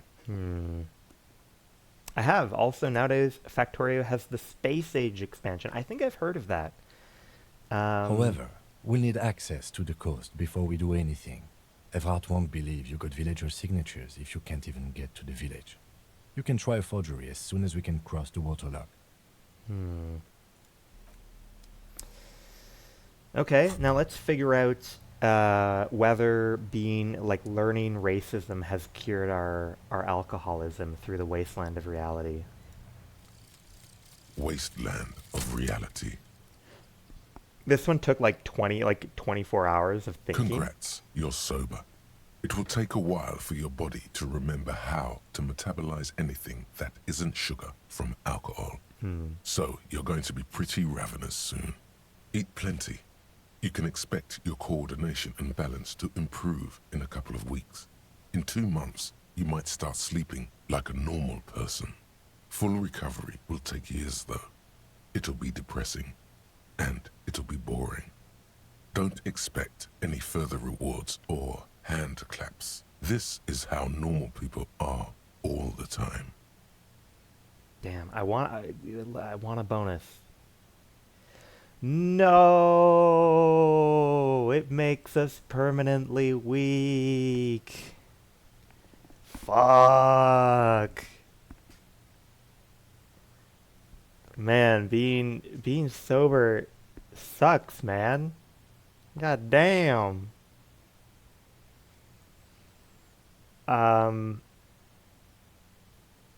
Wowee, that is not ideal. +1 to all purple skills is fine, yeah. But boy, oh boy, how am I going to be able to do any of these physical instrument checks? I like to play around with the circuitry in Factorio, making clocks and displays and super efficient nuclear reactors and stuff. That sounds dope. That sounds very cool. Makes me think a little bit of like, you know, some people get very into screwing around with redstone in Minecraft, or they used to a long time ago. God damn. All right.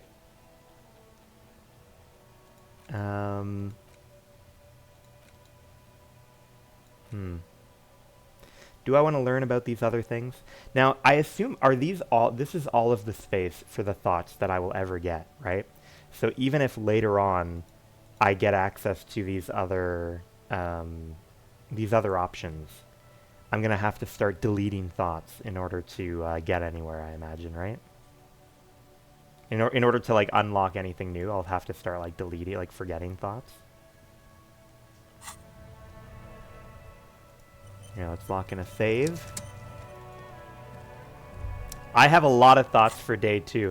I like thinking, alright? I love thinking.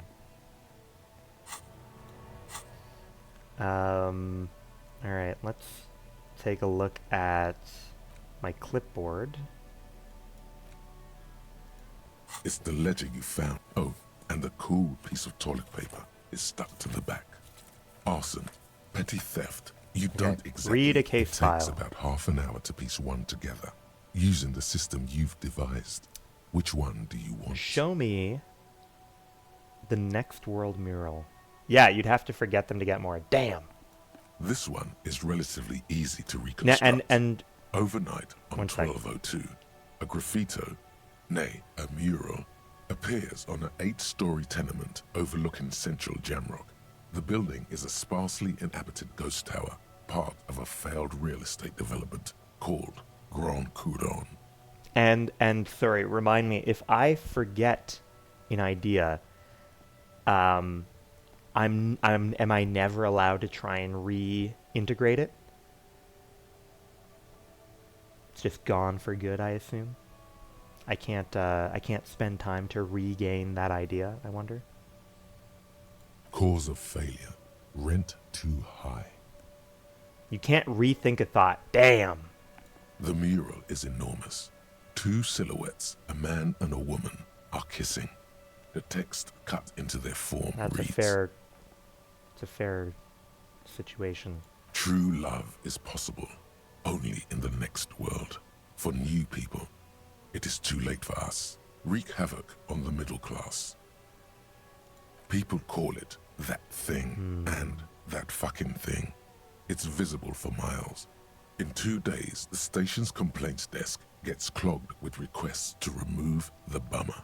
You and your partner are assigned to the case. Remove the bummer. The graffito crew is easy to track down. Only the bell lectures have the literage of industrial paint to cover the surface. One of the graffito artists is rumored to be rich. They take responsibility for the execution, but not the design. The ideologue of the next world mural, as the crew calls it, remains an unknown. Read on. The crew agrees to clean up after themselves. However, your partner, JV, is against the removal. citing public support for conservation. This leads to a debate in Precinct 41, which then spreads to the streets of Jamrock, ending in a rare plebiscite organized by you and the rest of Row 3. The 9,000 people subjected to the mural's message, all of Lakeside, Central Jamrock, and Villalobos, plus half of the eminent domain, participate in the vote. Although the case begins with what appears to be a lot of rambling on the streets as to how juvenile and stupid the mural is, given a choice between two options. Remove the mural! A staggering 78% of voters choose to keep it. Turns out the opposition were a loud minority, and that love truly is possible in the next world for new people, and it is too late for us. All that remains is to wreak havoc on the middle class.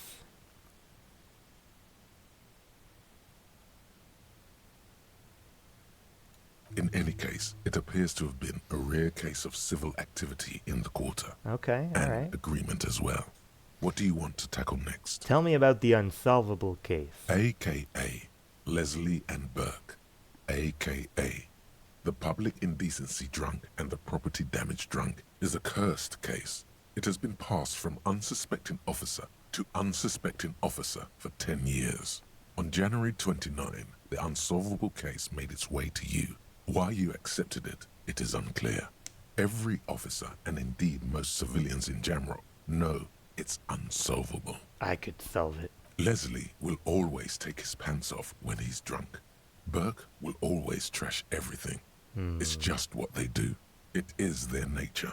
You cannot change the nature of a man, and you can't lock them away because public indecency and small-scale property damage are not punishable by incarceration. That is difficult. What do we do when we can't arrest the man with no pants? The only way for Leslie to stop flashing his genitals to bypassers and for Burke to stop dismantling signage and rear-view mirrors would be for them to stop drinking alcohol, which, in their 40s or 50s, it's hard to tell because of their distorted features, is a medical improbability on par with you ceasing to produce the expression. Can't we just keep him off the streets? You would think that, but you're wrong. Where's the fun in exposing your genitals or breaking stuff in your own home? It's true. No, Leslie and Burke are on the corner of Main Street and Perdition, because that's where the action is. Can you keep yourself off the streets? No, you're right. Threatening, fines, dragging them to the station, locking them up in the hellholes they live in, locking them up in the station, hypnotherapy, even trying to get the local gang of Zemyaki to take them out. The Zemyaki gave them ethanol, so Burke and Leslie would expose and rampage even harder. You tried it all, and still the complaints wouldn't stop, as they hadn't stopped for 10 years. Interesting. This War of Mine is a... I've not played it. I've definitely heard the name, though. But yes, it does seem like there's a trend among the games. It's plain to see from the files that you, Satellite Officer JV, and Special Consultant TH, had more important cases to attend to. You uncover cross-reference to several ongoing investigations, each brought to a standstill every time you drive down Main Street. Because there they are, on the corner of Perdition. And what is Leslie doing? I believe Leslie is naked.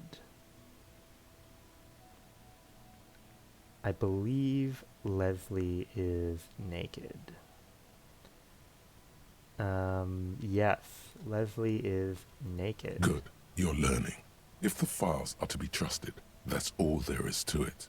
That and Burke breaking things, and the fact that they're both drunk. But then again, so are you. The case becomes considerably less comic one day when Burke takes a swing at your ledger. He must have it confused with the property he likes to damage. But the joke's on him.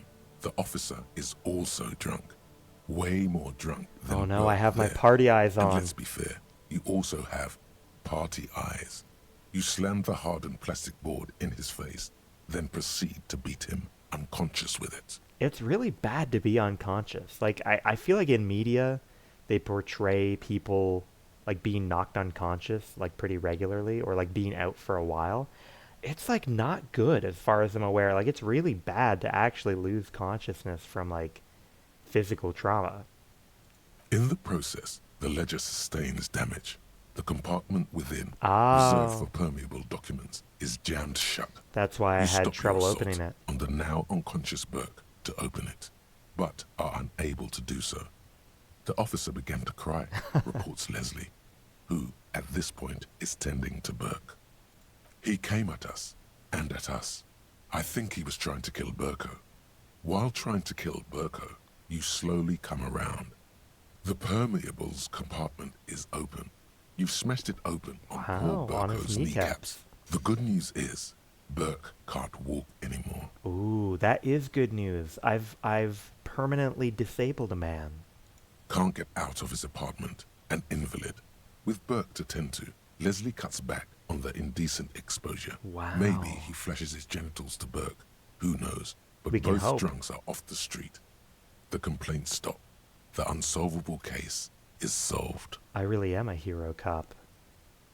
I managed to solve the case. Which is also why the officer responsible narrowly escapes a disciplinary hearing. The end. Do you want to read another one? I do. Tell me about the square bullet hole murders. It would be very interesting to read about these, wouldn't it? I mean, there seems to be a square-shaped entry wound in the victim's forehead. Okay. She's been sitting there for weeks, on her rocking chair, with a square hole in her skull, staring at the wall, her mouth agape. For weeks? That's a long time for a body to be sitting in a rocking chair. That's all you got. From the half hour you spent piecing it together, all you know is the entry wound was square-shaped. You never found the bullet. And then another body showed up, also with a square hole in his forehead. We have a sequence killer of someone with a gun that shoots square bullets. Who knows? Those pages are missing. What next? Don't worry. One day. One day indeed. One day you may still catch the man with the square gun. Catch the man with the square gun. The couch in an unexpected location. Some assholes brought their couch outside and hung out on it. That seems like in the middle of the street, on the roof, on the hillside by the motorway. That's pretty fun. At an unexpected location. They were young, and they thought they looked cool on it. They looked really cool, like a rock band. It is getting very late. Does something bad happen in the game if I have a late night? Yes, as you've said here, insufferable rock and roll assholes. Young people are the worst. So anyway, you got a complaint about the damn sofa, or couch, or whatever it was. No help. Okay. They were leaving it out in all these unexpected and whimsical locations. They took it to where they also took photos of themselves on it, and smoked cigarettes, and drank coffee because they felt it's intellectual. Oh yeah. Oh yeah, it's intellectual to have a couch outside. Cigarette butts, coffee cups, stupid couch. You had to clean it all up, and you did. So congratulations to you. Case solved. Okay, well, it is kind of a dick move to make me clean up their shit. You know, if you move your couch outside and have a cool hangout, you should take your couch back home. No, you didn't have time for that. These notes show that you have what is called a real goddamn job. You don't have time to be chasing down the couch assholes. You have a real job to do. What next? All right, let's see. Murder at the hookah parlor. Murder. Tum tum tum. At the hookah parlor. I like that. Was a case originally assigned to an officer called Joseph Mills, who is now dead. Of circumstances completely unconnected to murder at the hookah parlor. How?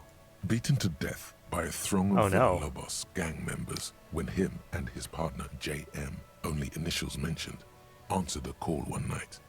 It's a sad story, and it isn't really represented in your case files. Stop stalling and get to the murder at the hookah parlor. On with the murder. Joseph Mills was on this case that he just couldn't solve. Was doing it solo. Said it was a real nutcracker, a real brain Wait a minute. twister. Was on it for, like, a month. The captain got impatient.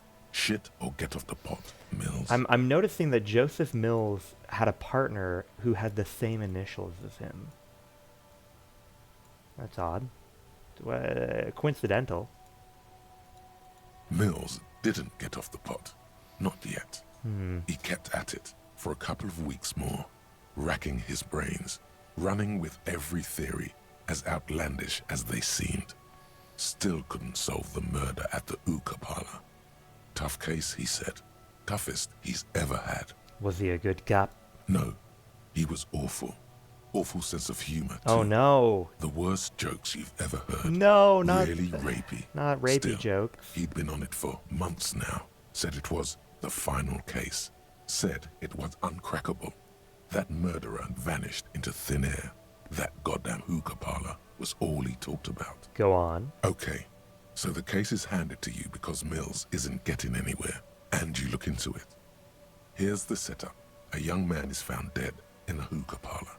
You know, those places where you go and smoke bubblegum-flavored vapor all day. Yeah, I mean, for me, I get that, like, there's kind of a cultural thing for, like, hookah parlors. I personally don't get it. You know, I find the idea of inhaling smoke, especially if you're not getting high from it, as you do not with hookah, it's like you're damaging your lungs, you're increasing risk of, you know, throat and lung cancer and things like that.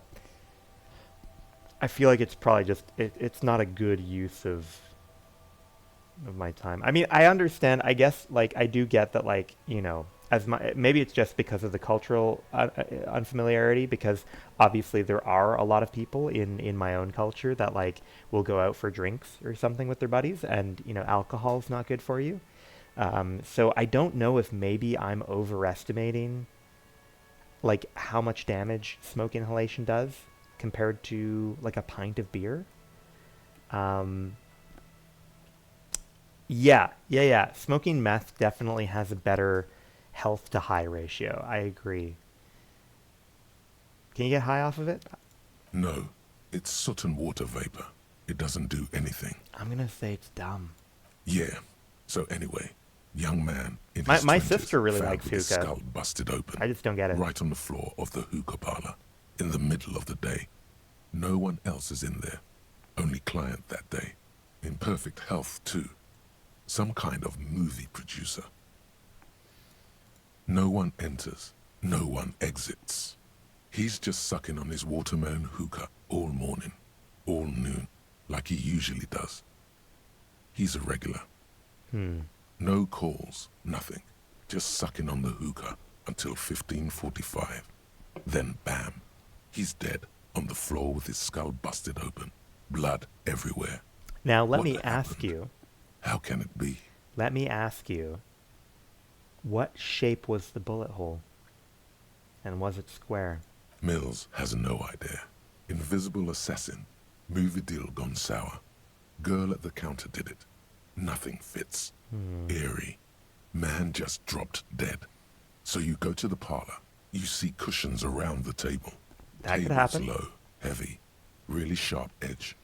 That could genuinely happen. You deprive yourself of oxygen from the vapor you're inhaling. You stand up. You get lightheaded. You know, blood. You know, you get circulation briefly cut off to the brain. Fall over. Crack your head. Could be. See? You can't even read the thing without solving it. Yeah, it was that. Turns out hookah does do something. It turns off your brain's oxygen supply, and you don't notice it until you get Yeah. up to go to the bathroom. Interesting. Must have sucked a lot of it. Yeah, he liked his hookah. Stephen was his name. What was he doing there for 6 hours? Well, we know he was sucking on a hookah. Smoking hookah. Didn't you hear? I don't know. Trying to come up with a movie script, maybe. Anyway, that was Murder at the Hookah Parlor.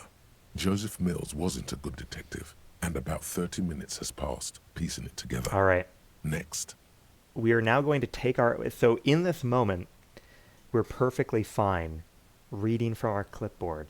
And I'm going to take my eyes away from the keyboard, or from the clipboard, and we're going to see if, like, that motion causes me to, like, pass out because it's 1 a.m. Not much has changed in the meanwhile. Put the ledger away. A bunch away. of sodden papers still sags from the clipboard. Oh, okay. We have not exploded. And it is 1 a.m., so maybe we should try and go to bed.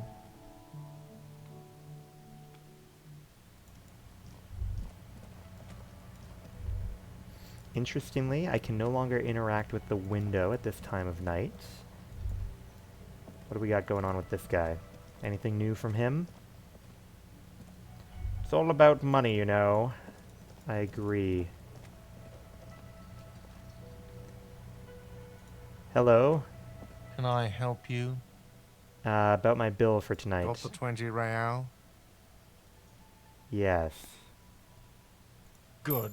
You got the room for the night, but remember, you'll need another 20 real tomorrow. Fine. I hate paying rent. Alright, I wonder if... maybe we'll get, like, another kind of, like, Kim goodnight powwow.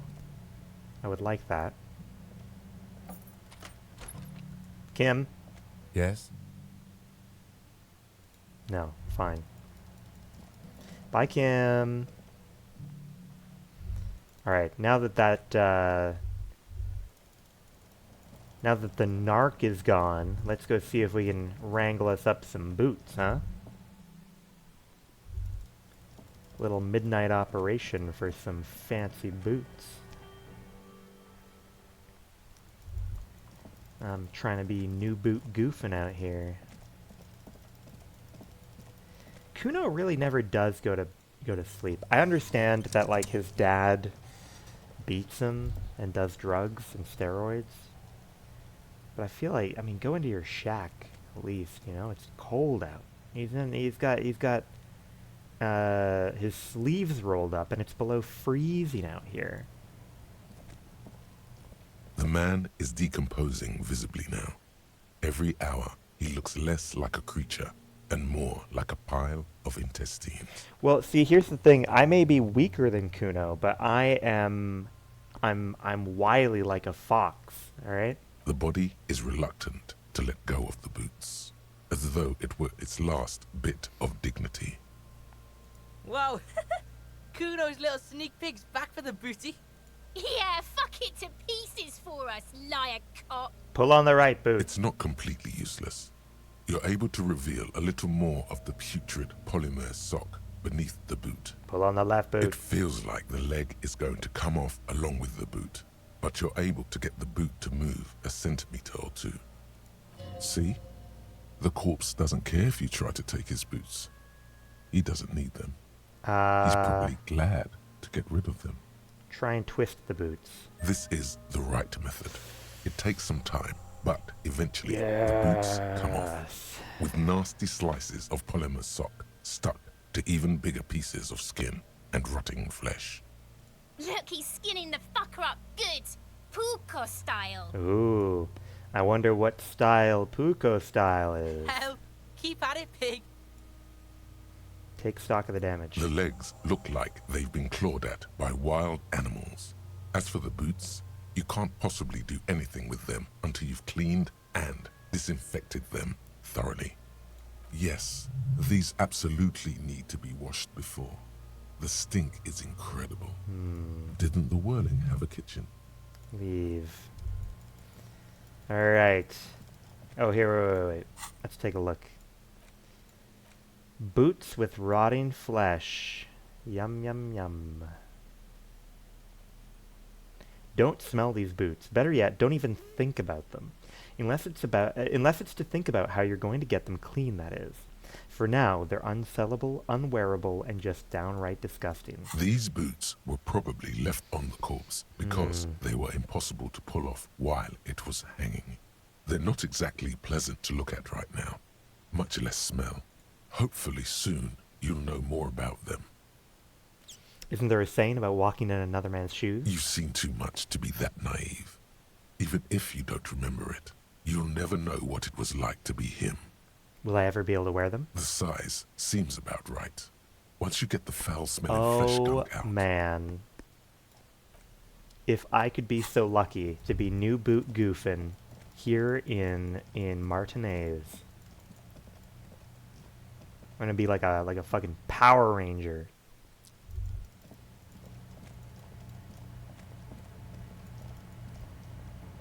This industrial gas-powered stove has been used to prepare food for many hungry hostel guests. There are several pots and pans on hand. Let's check out the cookware. A commercial pot draws your attention. It's very large, gigantic even.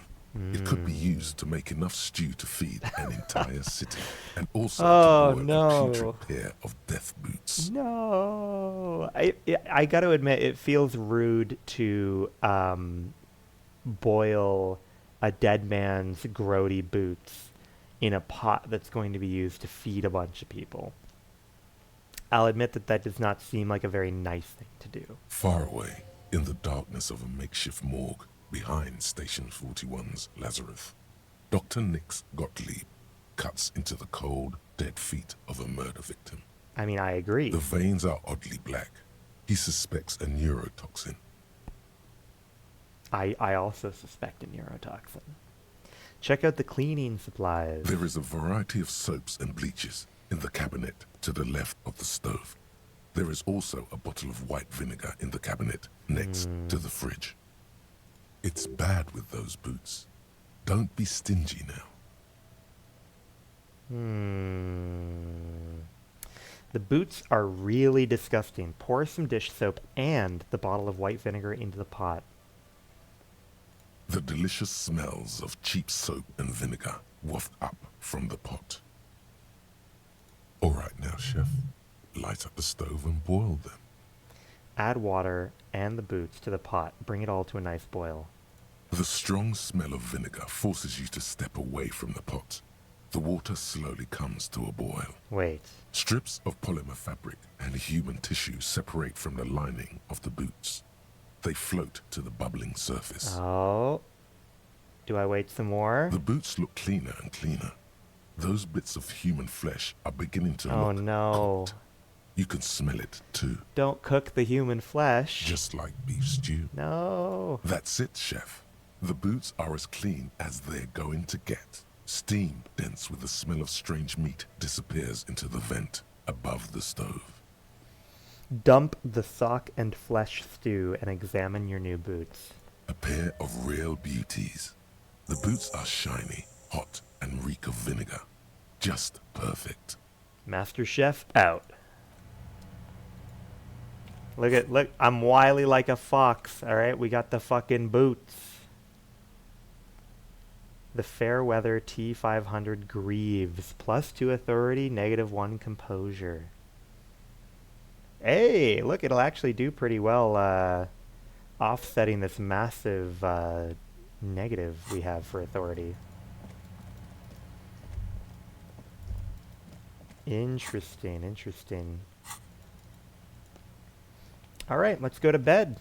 Day 3 is going to be fabulous. All right, day 3, we are going to have, the waterway working again, hopefully.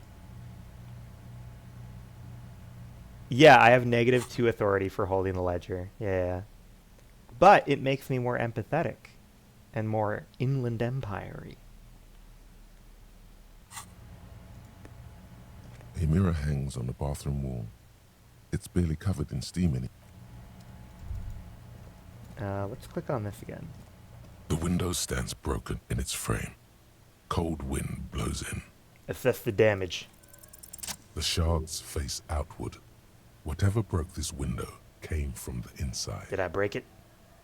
A fine web of scarring covers the back of your right hand, but none of it is recent. What did it then? More likely a projectile than a held object. There are no fragments on the floor from pulling a tool back in after impact. It's just the size of the impact. It is too large for a bullet, yet We already small did for this a in piece the of reality furniture. where we died by turning You're on the looking for lights at the beginning of the something game. and larger than your fist. We found out it was our shoe we The launched shoe through the you door. found on the balcony fits the hold almost as well as your foot. It would have also been heavy enough if thrown with force. Congratulations. You smashed the window with your own shoe. Maybe I had a good reason for it. And maybe, just maybe, you succeeded. We'll never know. Truly. Or maybe you were trying to smash your own reflection in the window pane. Could be. Alright, bedtime. The bed is still cold from the broken window, and not too inviting. But it's yours. You've earned it. Bedtime. The bed is still cold from the wind blowing in from the broken window. The mattress creaks as you close your eyes and try your hardest to fall asleep. Day 3 is going to be a big day for us. I can feel it. Here we are again, my broken bud. The waves are coming, carrying you away. But you can't go. No, you have to stay. Always half aware of yourself. I don't have to do shit, limbic system. You're not cooperating, brother man. Why not? It's your disgusting body. Even through your sleep, you feel a vague discomfort suffusing it. Your belly and your sides are unpleasantly tender. You wish you could curl up into a fetal ball of safety. But you cannot, because of the pain. I don't like the pain. That pain in your right side is your enlarged liver, by the way. As for your kidneys, you've really been compounding the damage lately. Yeah, they call me the big pisser.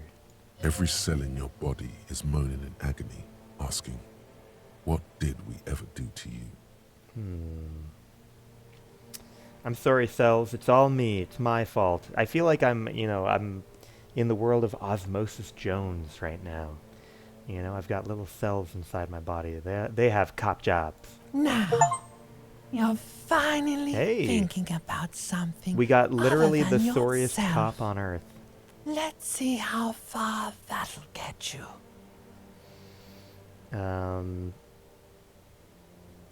These are my just desserts. So yeah, so we got an achievement just now for saying sorry a lot. I will endure this pain with dignity. There's no dignity here. Only reflections of your body mass. Flashes of the day. You keep coming back to yourself in the mirror. But why?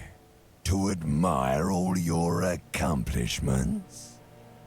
You're just stuck here. In the half-world. Could try looking at other people.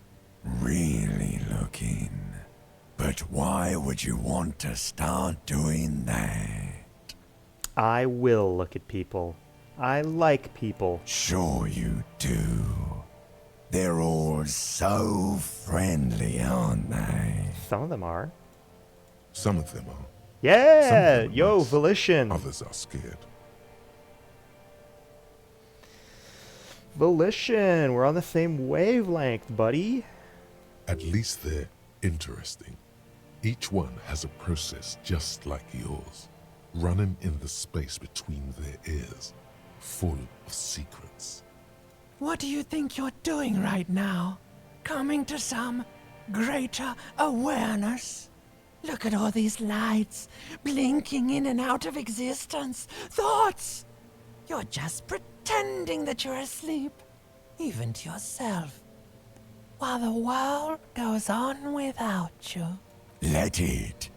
Let it. But it never seems to let you go, does it? Time to rise and wipe that shining sweat off as best you can. Gather your bearings. Rock and roll.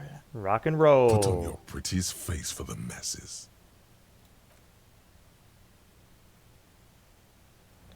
Rock and roll.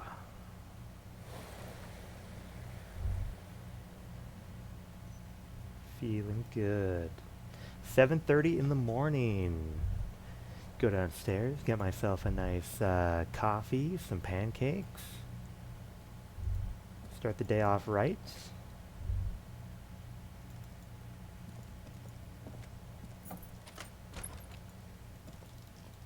Let's see if there's anything suspicious outside. No.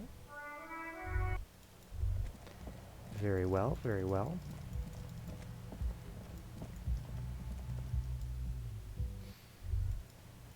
Oh. That's interesting. We've got a couple new people to interact with down here. Can I help you?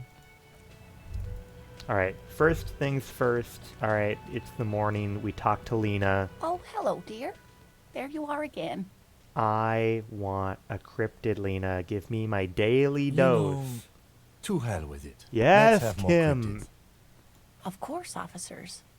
Is there a particular cryptid you two are interested in learning about? Tell me about the tiniest cryptid you've got, Lena. Hey, you promised you'd only ask about one cryptid.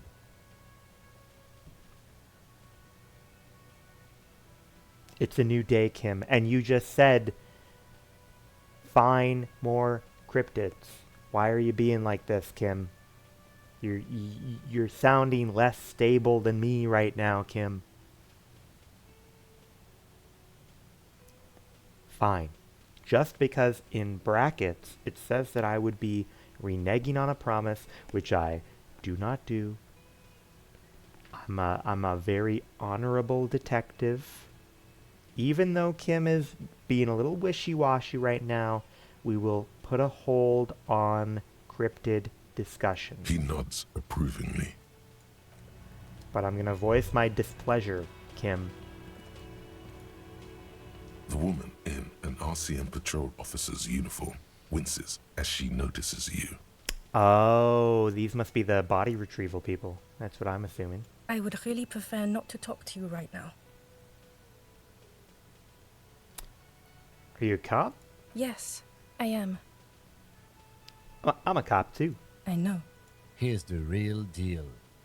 Thank you, Kim. It's hard to tell whether he's sarcastic or sincere. But if you had to guess, you would say the lieutenant is being sarcastic. Kim, don't be sarcastic. Are you the cavalry? I'm definitely not the cavalry. Why don't you want to talk to me? I don't know. I mean, why would I want to talk to you? It's cool to see another cop. I thought Kim and I were the only ones. No, you're not. You're not the only cop in the world. I'm the only cop in the world that matters. Something changes in her. It's pity. Pity comes over her. Why are you pitying me? Okay, fine. Let's talk. What did you want? What does one talk about with a fellow officer? What precinct are you from?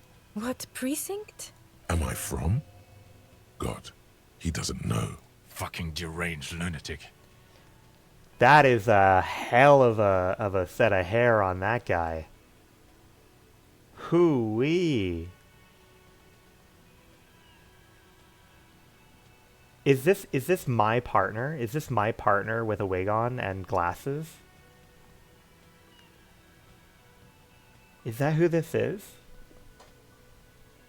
You're getting an intellectually unsatisfying vibe from this conversation. Maybe you're doing something wrong. You're the police, right? Cool, so am I. I don't know what to say. Don't say anything, Judith. Wait, is he police? Me? No. I'm just a man with sunglasses. I like Yeah. sunglasses This is inside. Sunglasses and a fucking wig. Yeah, this guy's definitely my partner from my precinct, right? Okay. What are you the police doing here? I'm just looking out for...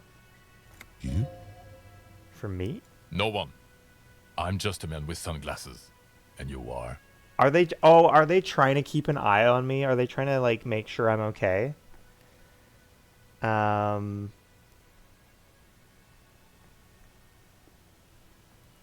policewoman. Yes. A policewoman who just wants to do her job. That's all. Okay, bye. You look like shit. And I don't mean that as a metaphor.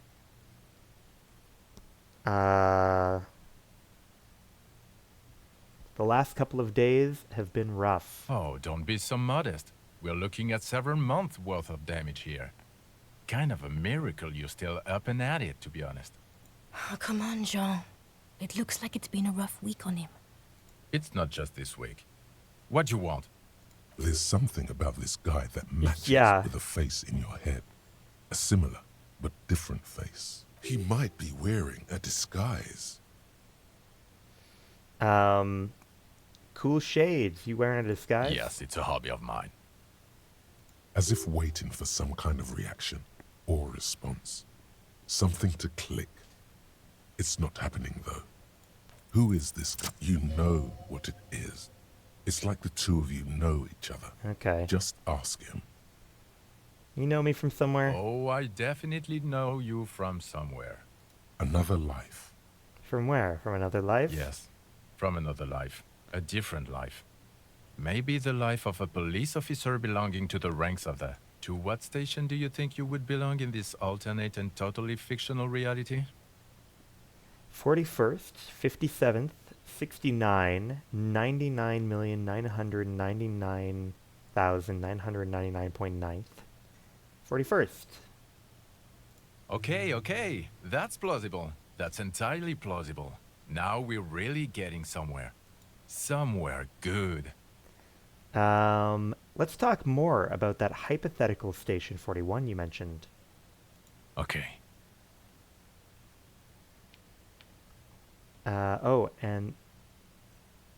Okay, weird. Yeah, no, the there's no audio for that. The hypothetical 4-1. Yeah, let's fantasize about that. I'm not busy and you're not busy. Let's just play around. Who else is in our imaginary police station? You're not going to believe this, but... Police officers. Yes, sir. Solving crimes, locking up bad guys, and get this, and not getting that drink on at 2 o'clock. Just some regular boring motherfuckers in suits and uniforms.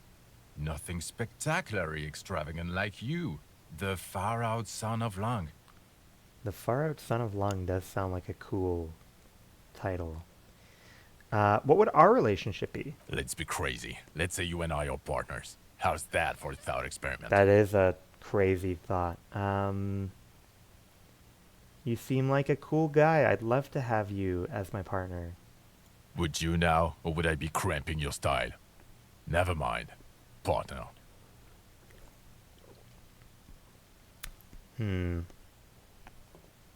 No, you wouldn't cramp my style at all. Okay. How about you stop wasting my time and get on with whatever you were doing then? Do you have a crime to solve? Oh, no. You see, I enjoy watching other better cops solve crimes. That's fair. And let me tell you, it's been quite a privilege seeing you work. I imagine it is. This isn't helping. Tell me, who is the far-out son of Lung? Oh, it's you eccentric genius. I mean, with your unorthodox approach to police work, it has to be you. Want to tell me more about him or her?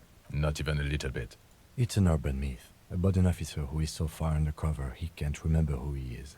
As I said, just an urban myth. Ooh. You are not the son of Lung.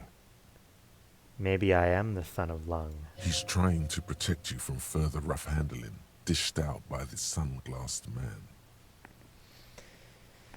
Okay, yes, you get the joke. Leave it at that. Neither can I, partner. Neither can I. It's a mere second, but it feels like you saw something. A gram of compassion in that sadness. Got some questions for you. I'm a cop. About what? You don't look like a cop. You know what you look like? A prophet? A revolutionary? Sack of shit? Guillaume? I Like Guillaume. No, you will not start blabbering about that asshole. No. Oh. Why not? 'Cause it's not my job. Why don't you go and fucking do yours and solve this damn hanging? If you don't want to answer questions, maybe you want to hear me say things. Actually, I don't want to hear you say things. Come on, Jean. Okay, say things. I want to hear you say things. Suddenly, out of nowhere, case-related things start popping up in your head. Oh, I like that. Okay. I'm investigating a hanging. So, do you know who hanged him? Not yet. Yeah, I can see that. Why am I telling you this? I don't know. Why are you? It's like you felt it would be intellectually stimulating and would lead somewhere. A custom even? Strange. Who knows why we do the things we do? Somehow, bouncing those ideas off the man with sunglasses felt calming, like you've done it before. Oh my god, there's more. You want something more? What is it? No, I'm Watch good out now. for yourself, loser. Okay, the man with the sunglasses and his hypothetical Station 41. Weird, right? Super weird. There's something missing here. Something you can't put our finger on. You know what? Just ask him. I know it sounds crazy, yeah. and you'll probably get laughed at. But still. I should know if he's from the same station. Yes, just cross it off the list. It's probably not true.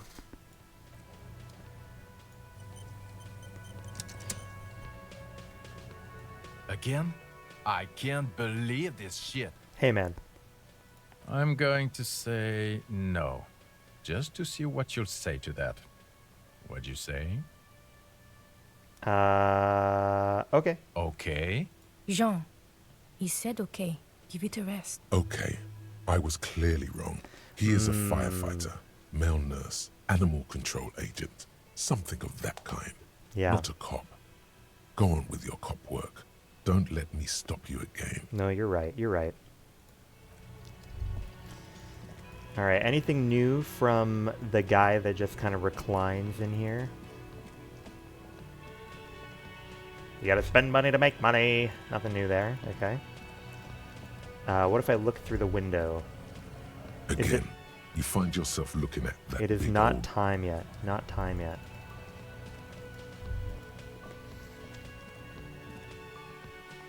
You gotta spend money to make money. I still want to know how to get to that lady up there.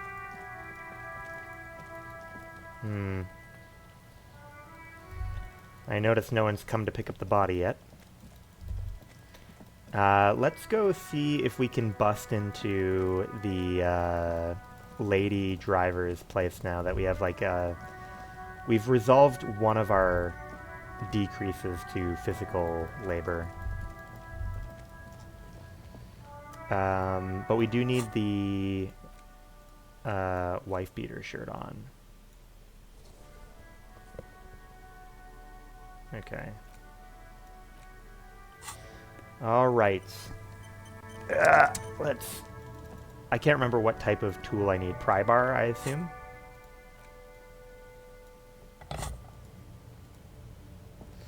This screen found A to Z. Oh my contemporary, god. Is parked in the shadow of the ruins looming overhead. It's seen better days. 8%. It's the best we can do, huh? Pry bar in hand, you take a hard swing at the window. A loud thunk rings out and the pry bar bounces back, leaving a tiny spider web on the glass. Yep, that makes sense. Looks like the window might be shatterproof. You may have to rethink your approach. Window appears to be shatterproof. No, it's not shatterproof. Give me that. Alright, Kim. Please, use your big beefy arms. He smashes it into the window. Droplets of glass fly everywhere, shattering over the lorry floor and pavement. You can just reach in now. Nice. It went better than I expected. Open it from the inside. Open the door. The smell of cigarettes and perfume welcomes you. The cabin inside is plastered with old movie posters. Actresses smile from the walls. There's a radio transmitter in the front and a toolbox tucked under the driver's seat. Some tools lie scattered near the pedals. Posters. These are movie posters featuring starlets from long-forgotten films from the 20s, the teens, even the 90s Wow. of the last century. That is a long time ago. One of them particularly catches your eye, a centerfold of an ingenue attached right above the back seat. Study it. The actress is draped in a sheath dress, one of her shoulders bared. Scandalous. The faded remains of an autograph run across the poster. She's looking past the camera. A feeling of tenderness washes over you. A longing even, perhaps. And gentle tragedy. This is Tip Tijon, a starlet from the dawn of cinematography, less known for her talent than her tragic, untimely death. What happened to her? She wasted away in a drug den called the Door to the River, not far from here, on Boogie Street, a mixture of cocaine and morphine. She was afraid of the world, and the camera, too. That is tragic. The actresses and the rear actor all smile you a warm goodbye. A radio transmitter is attached. Show me the to radio. Looks like the frequency dial is absent. It requires a key to work, but the key has been removed, likely by the missing lady driver. Okay. Strange. There are so many radio stations saved here. Must be over 100 at least. Why would anyone need so many radio stations? For contacting an entire fleet of lorrymen, for example. This is all shortwave, UW and UKV. Maybe she's the game master, huh? Maybe she was running a cool Dungeons and Dragons game. Looks like we are dealing with an impressive organizational tool. The nerve center of a huge operation. With quite a range, too. Anything we can do with the radio? Doesn't look like it. It's completely inoperable without a dial key. Fine. The smell of 1,000 cigarettes. Show some me dead actresses, the and pedals. you wedge yourself under the steering wheel to get a better look. Seems like the few tools lying around here, a hammer, a pair of pliers, a rusty wrench, have been casually thrown there by the disorganized driver. Give me the tools. But one odd detail does catch your eye. A piece of sandpaper has been glued to the throttle. That is unusual. Sandpaper adds extra grip. Yes. Sandpaper? A novel technique? Yeah, oh, it would rub the pattern off the driver's right boot sole. I mean, we already knew that, like, this driver was the 9th Hardy boy, girl, and was present at the hanging, or 8th Hardy boy, I guess. But this is pretty damning evidence to know that not only is it worn down from regular driving, but also from sandpaper. Yes? Do the honors, he thinks. Connect it yourself. One of the footprints at the crime scene had an aberration. One sole was smoother than the other. Which means that the missing lady driver was present at the lynching. Absolutely. The missing 8th Hardy was right here.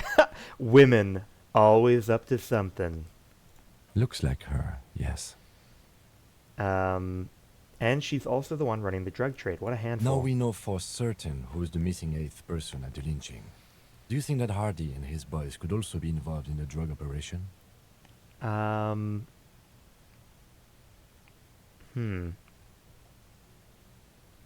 don't know for sure. We don't know.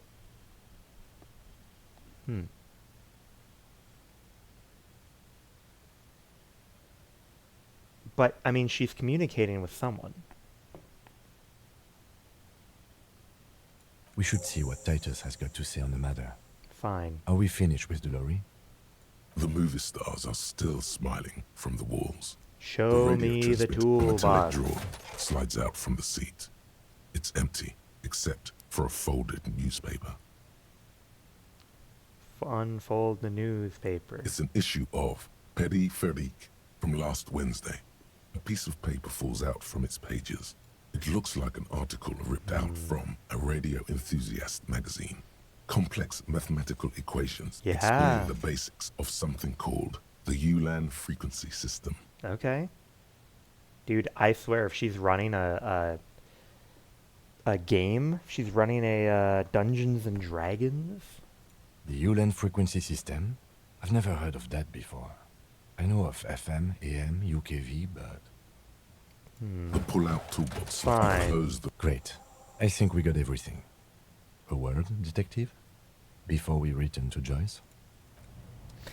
Okay, let's log in a save. Now, I believe like we had been given advice by Kim before that said we should investigate the drug smuggling, but we should play a little bit of hardball when we go back to Joyce. Just tell her we looked into it, we did it.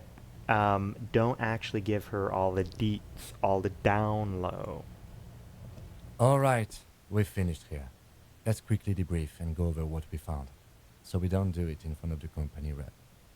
What do you think about all this, Kim? Honestly, I'm quite worried by what we've seen so far. The evidence seems to point to a rather extensive and well-organized operation. I agree, Kim, I agree. I'm especially intrigued by that radio transmitter, particularly the sheer number of stations it can connect. Looks like this alleged drug trade casts a wide net.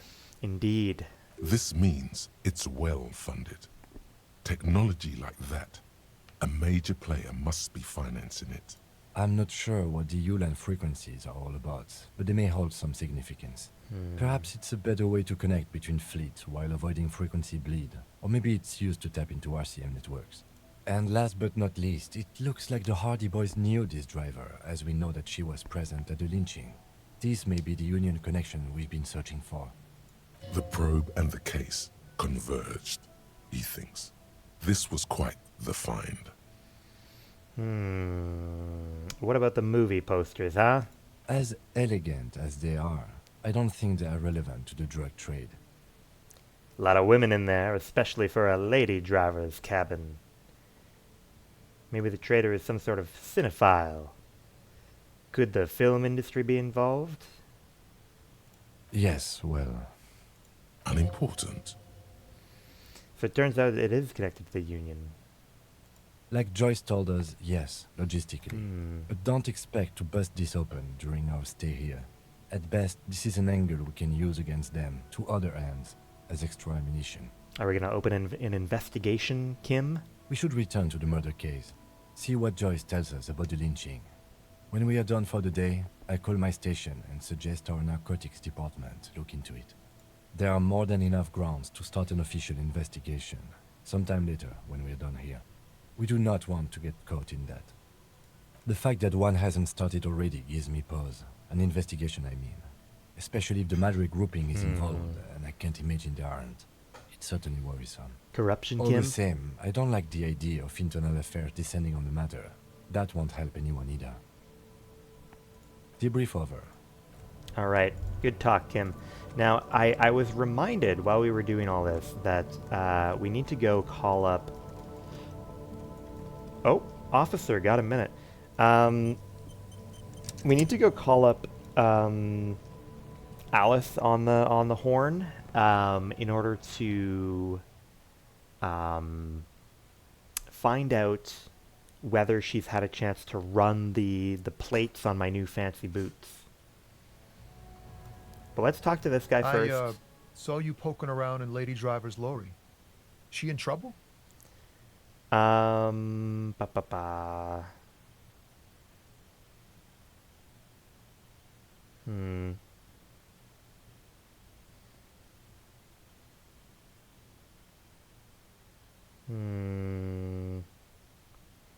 It's gonna be an investigation. It's that bad. Man, what should I do? What should I do to help her?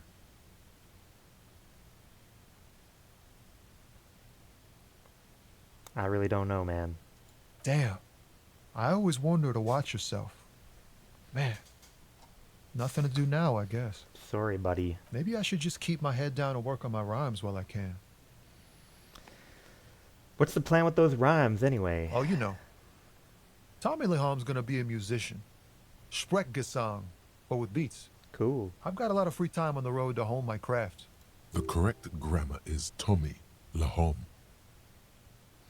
Why, Tommy Laham? Tommy Lam was taken. My real name's Jerry Lafitte. Tommy's way better. It's more him. The man taps his fingers rhythmically against his arm. Let's go. Let's spit some bars at our boy. Your best verse? You don't even have a bad verse in here. Just tumbleweed and liquor stains. Wait, no. What are you doing? She broke me. She fucking broke me. That's brutal, man. But you know, time will... No, stop. He's already mortified. No, Tommy. These are my rhymes. Listen. She fucked me till I bled. That's, In the name of God, what are you doing? I will never be the same again. She's always there. Fuck the case. Fuck everything. Total doom. Yeah. Yeah. I get it. These are your rhymes. They're from your life. Doesn't matter if they're robust, they're honest. So, thanks, man. He's not lying. He liked the end. Yes. And I also thank you for stopping. Alright. Inside, you see a set of steering levers, a radio microphone, a pull... This is Precinct 57. How may I assist you? You heard anything about my insane clown posse? Yes. The armor was produced by Fairweather in their facilities in Bétancourt, sur la Clé in 42. Okay.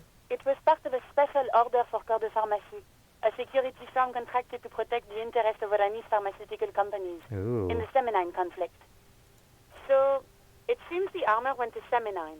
That's where the paper trail ends, though. Even the firm has proven difficult to track. Corps de Pharmacie has been renamed several times over in the years since the armor was issued. Do you know what it's called now? The most recently registered firm that the ICP has been able to connect to the CDP is a military contractor called Trinel, and the one before it was Downwell. I think they might be the same contractor. Okay. A suit of armor like this would have been manufactured with a particular person's physique in mind. You should ask for whom this suit was fitted. That's a good question, Visual Calculus. Hard to say. Their client list is rather diverse and incomplete. The only constant seems to be that the mercenaries are always deployed in third and fourth world countries. Ooh. They cooking up more world countries in this timeline. I wonder what a fourth world country is.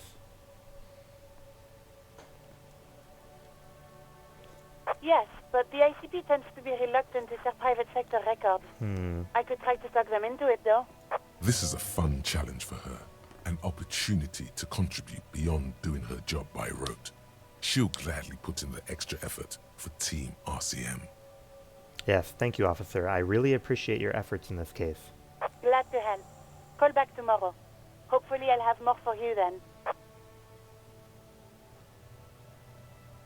Cool. 57's over and out. In the cabin, you see a set of... Alright. Good stuff. Let's go see if we can get a hold of... like, if we can cross into the new zone or not.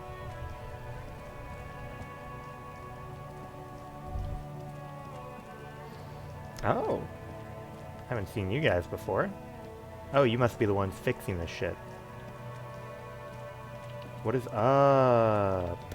Okay, yeah, it looks like, you know, the sign is gone. A rusting control panel with loose wires. Pull the lever. You grab the handle and pull the lever up.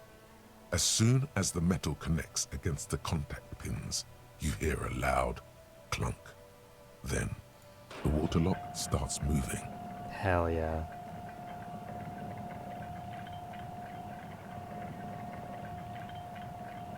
It is kind of wild that this is like the only way to cross between two very large portions of this municipality. Like a single one, you know, person-wide walkway. All right, we can go to the coast now. Expect rugged terrain and drunks. And if you wanted to forge that document for Evrard, now you can.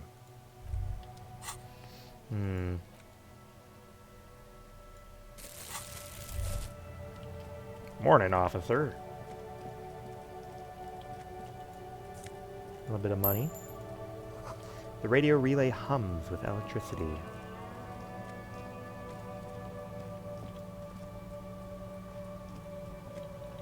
Yeah.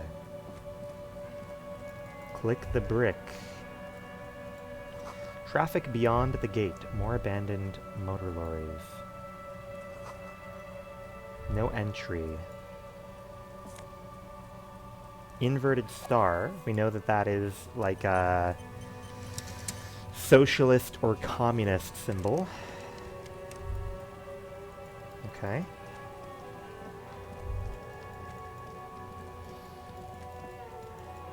Come over here and investigate the green thing. Maybe there's something more inside. Like money.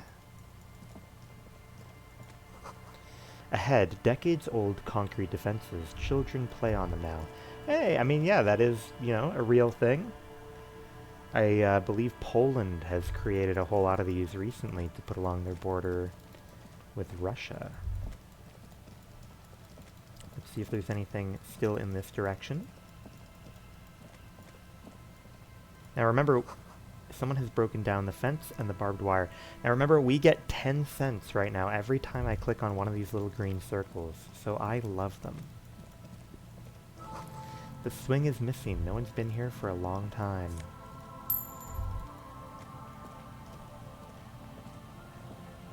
Glory, says the graffito, to the ghosts of us. I don't know why my character, the screen is, I don't think I'm crazy. There's like this almost like jagged like jumping of the screen a little bit. Ooh, tape, smallest church in St. Seine. That's what I want, right? That's the sad song. I think that's the sad song. Monday, sing karaoke. Then played on a boombox to memorize the lyrics. Cool. This is very exciting. Oh, what was that? Rust peels off the bent iron posts of the swing. The wind whistles through the skeleton of the small house behind you. There's desolation everywhere. What happened here? In this yard? He's assessing the situation. How long ago was it abandoned? Someone thought they could have a summer house in a bloc obscur for cheap. It didn't work out. They abandoned it about a decade ago. What's a bloc obscur? A black bloc. A part of the city left unrenovated after the war. Or one that has fallen to gang violence. Or has become inhospitable in some other way. On aerial photos, bloc obscurs look like dark squares, hence their name. So this part of the coast is a bloc obscur. Practically, it's not an official term in any way, but look around. No sewage, broken power lines, crime, drunks. Life is tough in the blocks. It's no place to build a summer house. At least they left some old music behind. Tap on the tape you picked up. Yes. And you picked it up because you're a post-apocalyptic scavenger who collects trash and magnesium blisters. I fucking love trash and magnesium blisters. It's not meant as nagging, just an observation. We should move. I don't think we will solve the murder with forays into the urban hinterland, at least in this phase of the investigation. Well, you don't know, you don't know.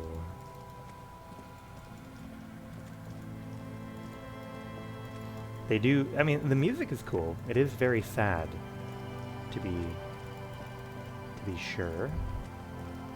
Oh. My noggin.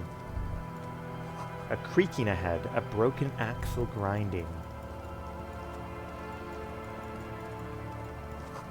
A boat tucked away underneath the tarpaulin cover. More trash, love trash. Okay. Dusty shelves and a forgotten chair.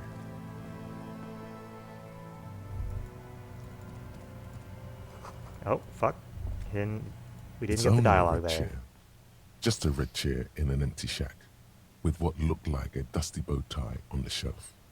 Nothing to see here, right? Sounds like we need to investigate this. Investigate the blood-red chair? You're going to leave it alone, Harry. That's what you're going to do. Ooh. We get, that's fun. What slot does this go? Oh, it goes into the necktie, of course. Makes us much better at line if we wear a bow tie. I wonder if it works that way in real life.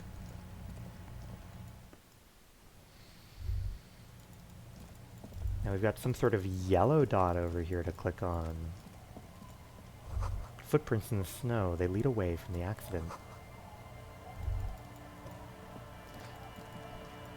Ah, this being the accident. Banged up fuel canister.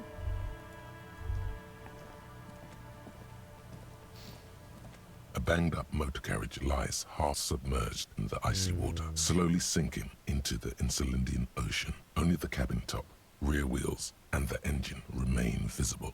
It must be cold and lonely down there, in the icy water. A carriage in the sea? Where did this come from? My guess is it started its journey from the plaza, where it backed through the fence. Let's investigate, Kim. I agree. We should definitely investigate. You get a sudden sinking feeling. Stomach acid comes up as you look at the motor carriage in the deep, dark, cold water. Why the doom and gloom? It's just a sunken motor carriage. Some motor carriages are bound to end up in the sea. Run my hand over the cold metal. Feel the vibes. The motor carriage is properly stuck in the ice. Getting it out would require a team of specialists. What is the make of this motor carriage? The logo is too deep in the murky water. You can't make it out, but you do see a monkfish float by. A monkfish?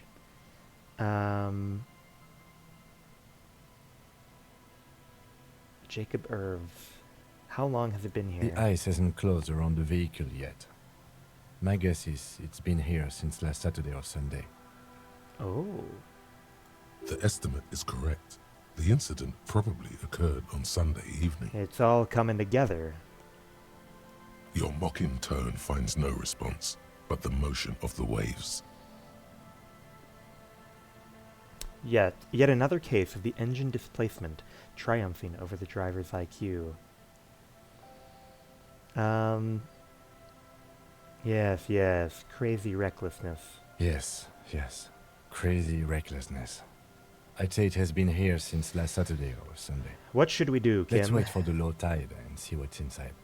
Great idea. Then we can get the things inside.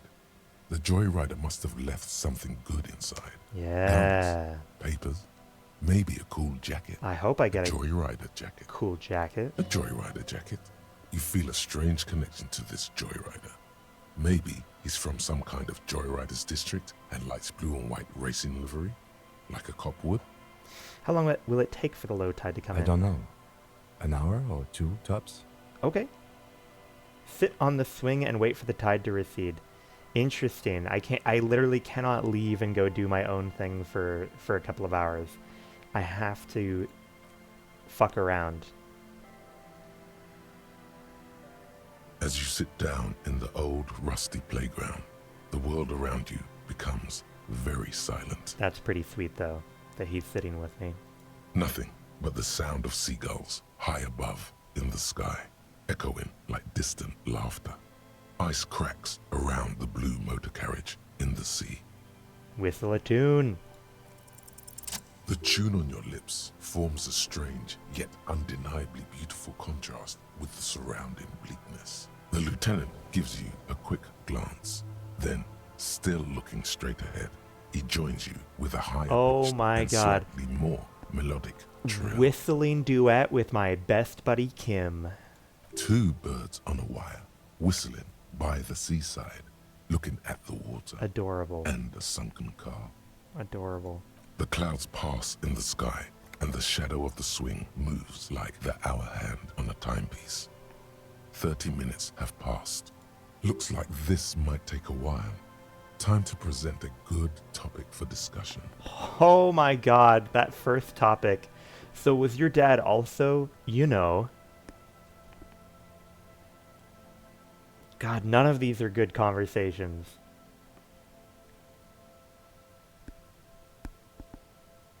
Would you rather sit on an anthill for an hour or stand in a river of leeches? Well, there's no time to qualify how long you have to stand in a river of leeches for.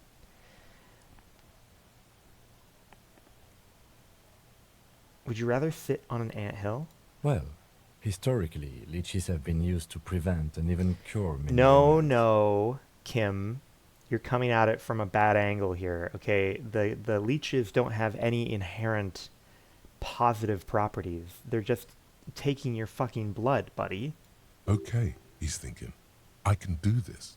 Let's do this. Who'd want to sit on an anthill? There are no therapeutic benefits to it. It's true. But I figured it out that he was also talking about the glasses, but I don't know. Either way also felt, both felt inappropriate. Well, napalm ants, for example, are used in some rites of passage rituals. That's true. That's true. There are, certain cultural groups and tribes of people who use ants as kind of a baptism by, through pain. Clouds on the horizon grow darker, and the shadow of the swing set keeps climbing. You hear the distant rumble of the city. 30 minutes pass.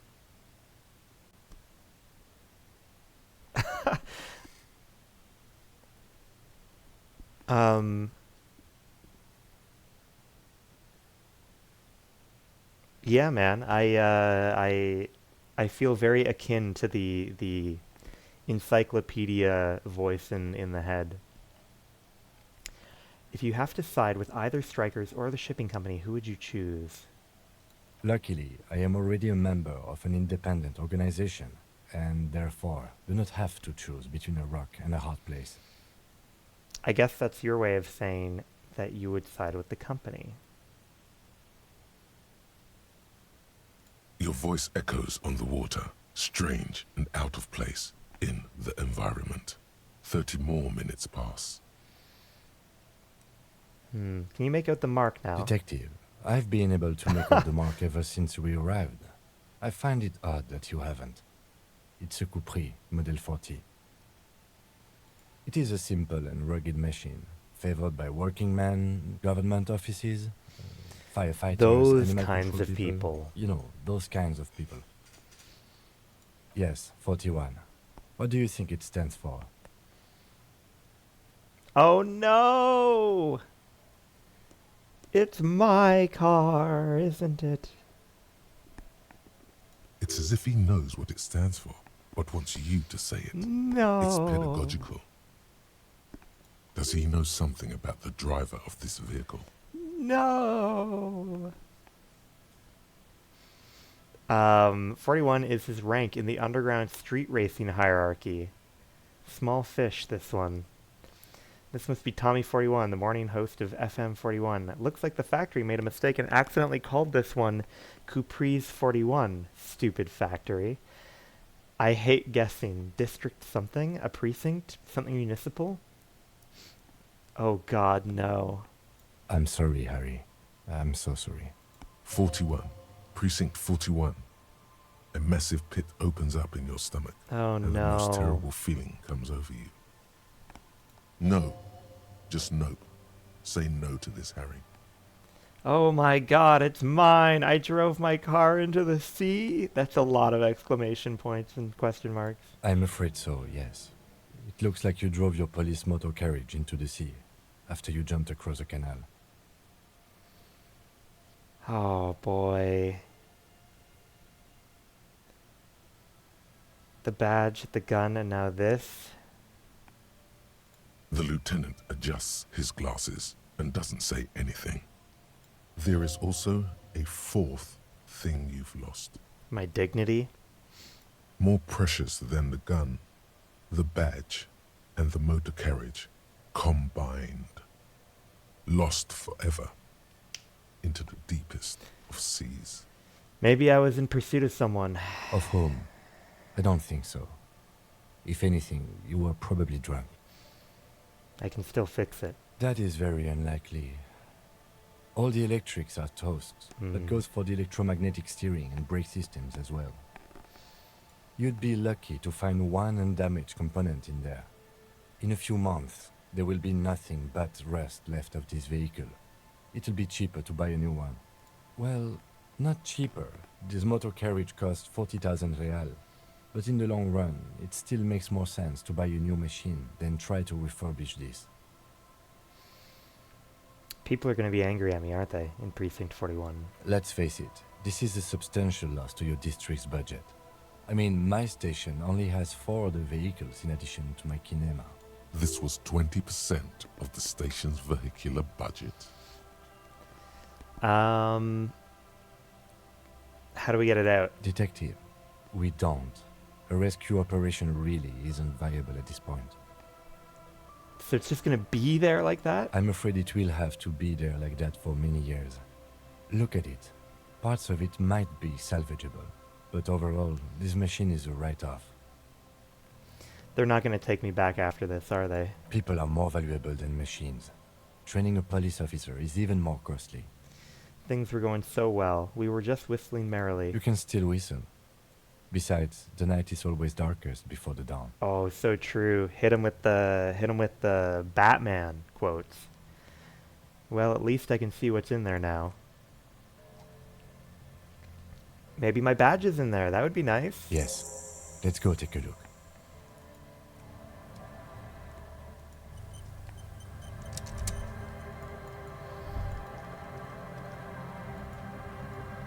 Let's crack her open. RCM badge. Commander's jacket. Let's fucking go. Thick blue piece of acrylic covering a thin leaf of paper with the officer's name and rank on it. Next to the writing, you see a man stare back at you. A younger version of you, already disintegrating inside, but still presentable on the outside. Wow, yeah, look at me. I look different. A police badge on which you see the photo of a man. You. Some seaweed is stuck to the back. I found my badge. At least something good came out of all this. Study the badge. Encased between 2 durable plastic sheets is a bluish card with lines of information and a watermark in the shape of the street grid of Revachol West. You see a photo, a name, a rank, a document number, the date of issue, and, in the lower right corner, your precinct. Look at the photo. The man keeps winking at you with his green-grey eyes. The photo is old, no doubt about that. But the badge is new. You used an old photo for a new badge. Interesting. So it's close to midnight here on a Sunday. So what we'll do is we'll go through all of the badge-related discussions now. And then I want to double-check the stats on the new jacket we've got. And then maybe we'll call it a night there. Good choice. A newer photo would look different. How old? 8, maybe 10 years. The guy in the picture is rather good looking. He's got a nice haircut and is distinctly lacking in massive sideburns. And he's winking. Why? What do you think? His face is already contorted by the expression, although it looks less grotesque on him than it does on you now. The badge in your hand shines as you rotate it, catching light. You see lines of information on it, and a shining watermark. Harrier Dubois. Harrier? That's long for Harry. It's long for Harry. Harry. Evrard was half right. Probably not a lot of people know your full name.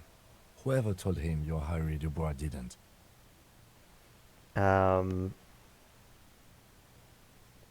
Ooh, do I want to be Harry or not? You know what? I think I am going to return to myself. All right? Pleased to make your acquaintance, Harrier Dubois. He's not going to call you Harrier. He'll keep calling you officer when he's angry with you, and detective when he's not. The badge in your hands shines as you rotate it, catching light. Rank. You see lines of information. Rank. Lieutenant? Lieutenant W. Freighter. The lieutenant is a rank above sergeant and below captain. It's the highest rank in the RCM that still does field work. I am a lieutenant. And W. Freighter. The title of Freighter is added to your rank when you decline a promotion Whoa. to a higher rank. In your case, captain. You have declined twice, thus you're W. Freighter. Oh man, I'm a bigwig. There are many reasons one would do this. The rank above you in your precinct's décomptage might be taken, or sometimes promoted officers do not want to replace their superiors out of respect. And sometimes they just prefer the type of police work available to their current rank. In your case, lieutenant. Heavy-duty case-solving machine. What's a décomptage? Décomptage is the hierarchical system employed by the Revachol citizens militia. It means counting down to twos. The countdown is modeled after the dual leadership system employed by the left during the revolution, which in turn was developed by last-century experimental psychologists in the University of Königstein. The lowest rank is junior officer, usually teenagers. Then there are the patrol officers, then sergeants, lieutenants, then a captain. That's basically it, except for a few kinks. Ooh, a few kinks. We've got didn't know we had a little BDSM involved here. Well, kinks like satellite officers and the additional freighter rank I already explained. What are satellite officers? You are given the title of satellite officer if your partner is quickly promoted through the ranks and you rise with him. You don't seem to be a satellite.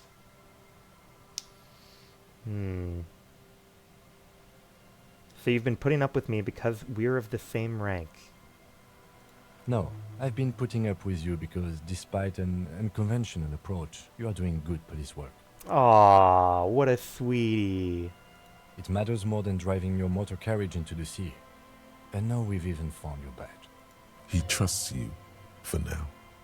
Try not to spoil it. Turn back to the document. Such a small yet precious thing. Expensive paper caught between thick plastic, like a fly in amber. Okay. It reads. So Rev 126205, Jam 41. So obviously Jamrock Precinct 41, Revachol 1262 is unusual. I would have assumed, because 62 sounds like it can't be a month, it can't be a day. So I would have assumed a year, but it would be year. It would be weird to put year in the middle of a date. And 62 does not line up unless I've been a cop for 90 years. That's just the serial number. Revachol, Jamrock, Precinct 41, with some numbers thrown in there for good measure. Okay, good measure. The numbers are not there for good measure. They have an administrative purpose, one that's unfortunately been erased from your memory. Date of issue, pretty late last year. 4 months ago. I'm guessing that's when you were promoted to the rank of Lieutenant W. Freighter. A new badge usually comes with a new rank. You seem to have been doing well then. Interesting. So maybe there was something around that period of time, 4 months ago, that really put me over the edge?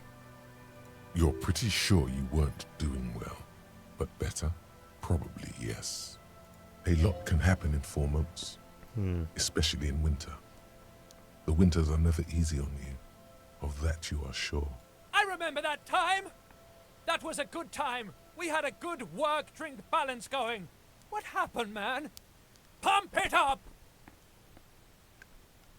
Precinct 41. Yes, it's the designation of your precinct.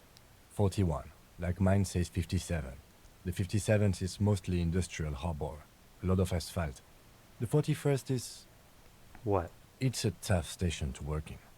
You have all of Jamrock to cover. That district should have 3 precincts, but money is what it is. It's no wonder you are like you are, he thinks. But then again, it's a legendary district, and a hell of a station too. It must be an honor and a curse to work with people like Price, McCoy, Berdiaeva. Roberts, Feuerbach, Dimitri. Suddenly, names from your decomptage flash in your forebrain. The badge in your hand shines as you rotate it, catching light. You see lines of information on it, and a shining watermark. Nice. Got a fuel container. Love a fuel. Oh, yes. And then let me see our new fancy jacket. Okay, yeah. Very rarely do we run shivers checks, so I would rather a visual calculus check. Looking smart. A bottle drained of all its booze, frozen to the ice.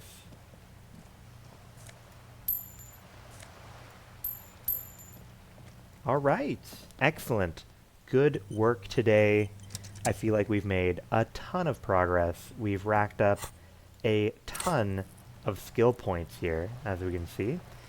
And we've thought, you know, every thought that we were in the middle of thinking.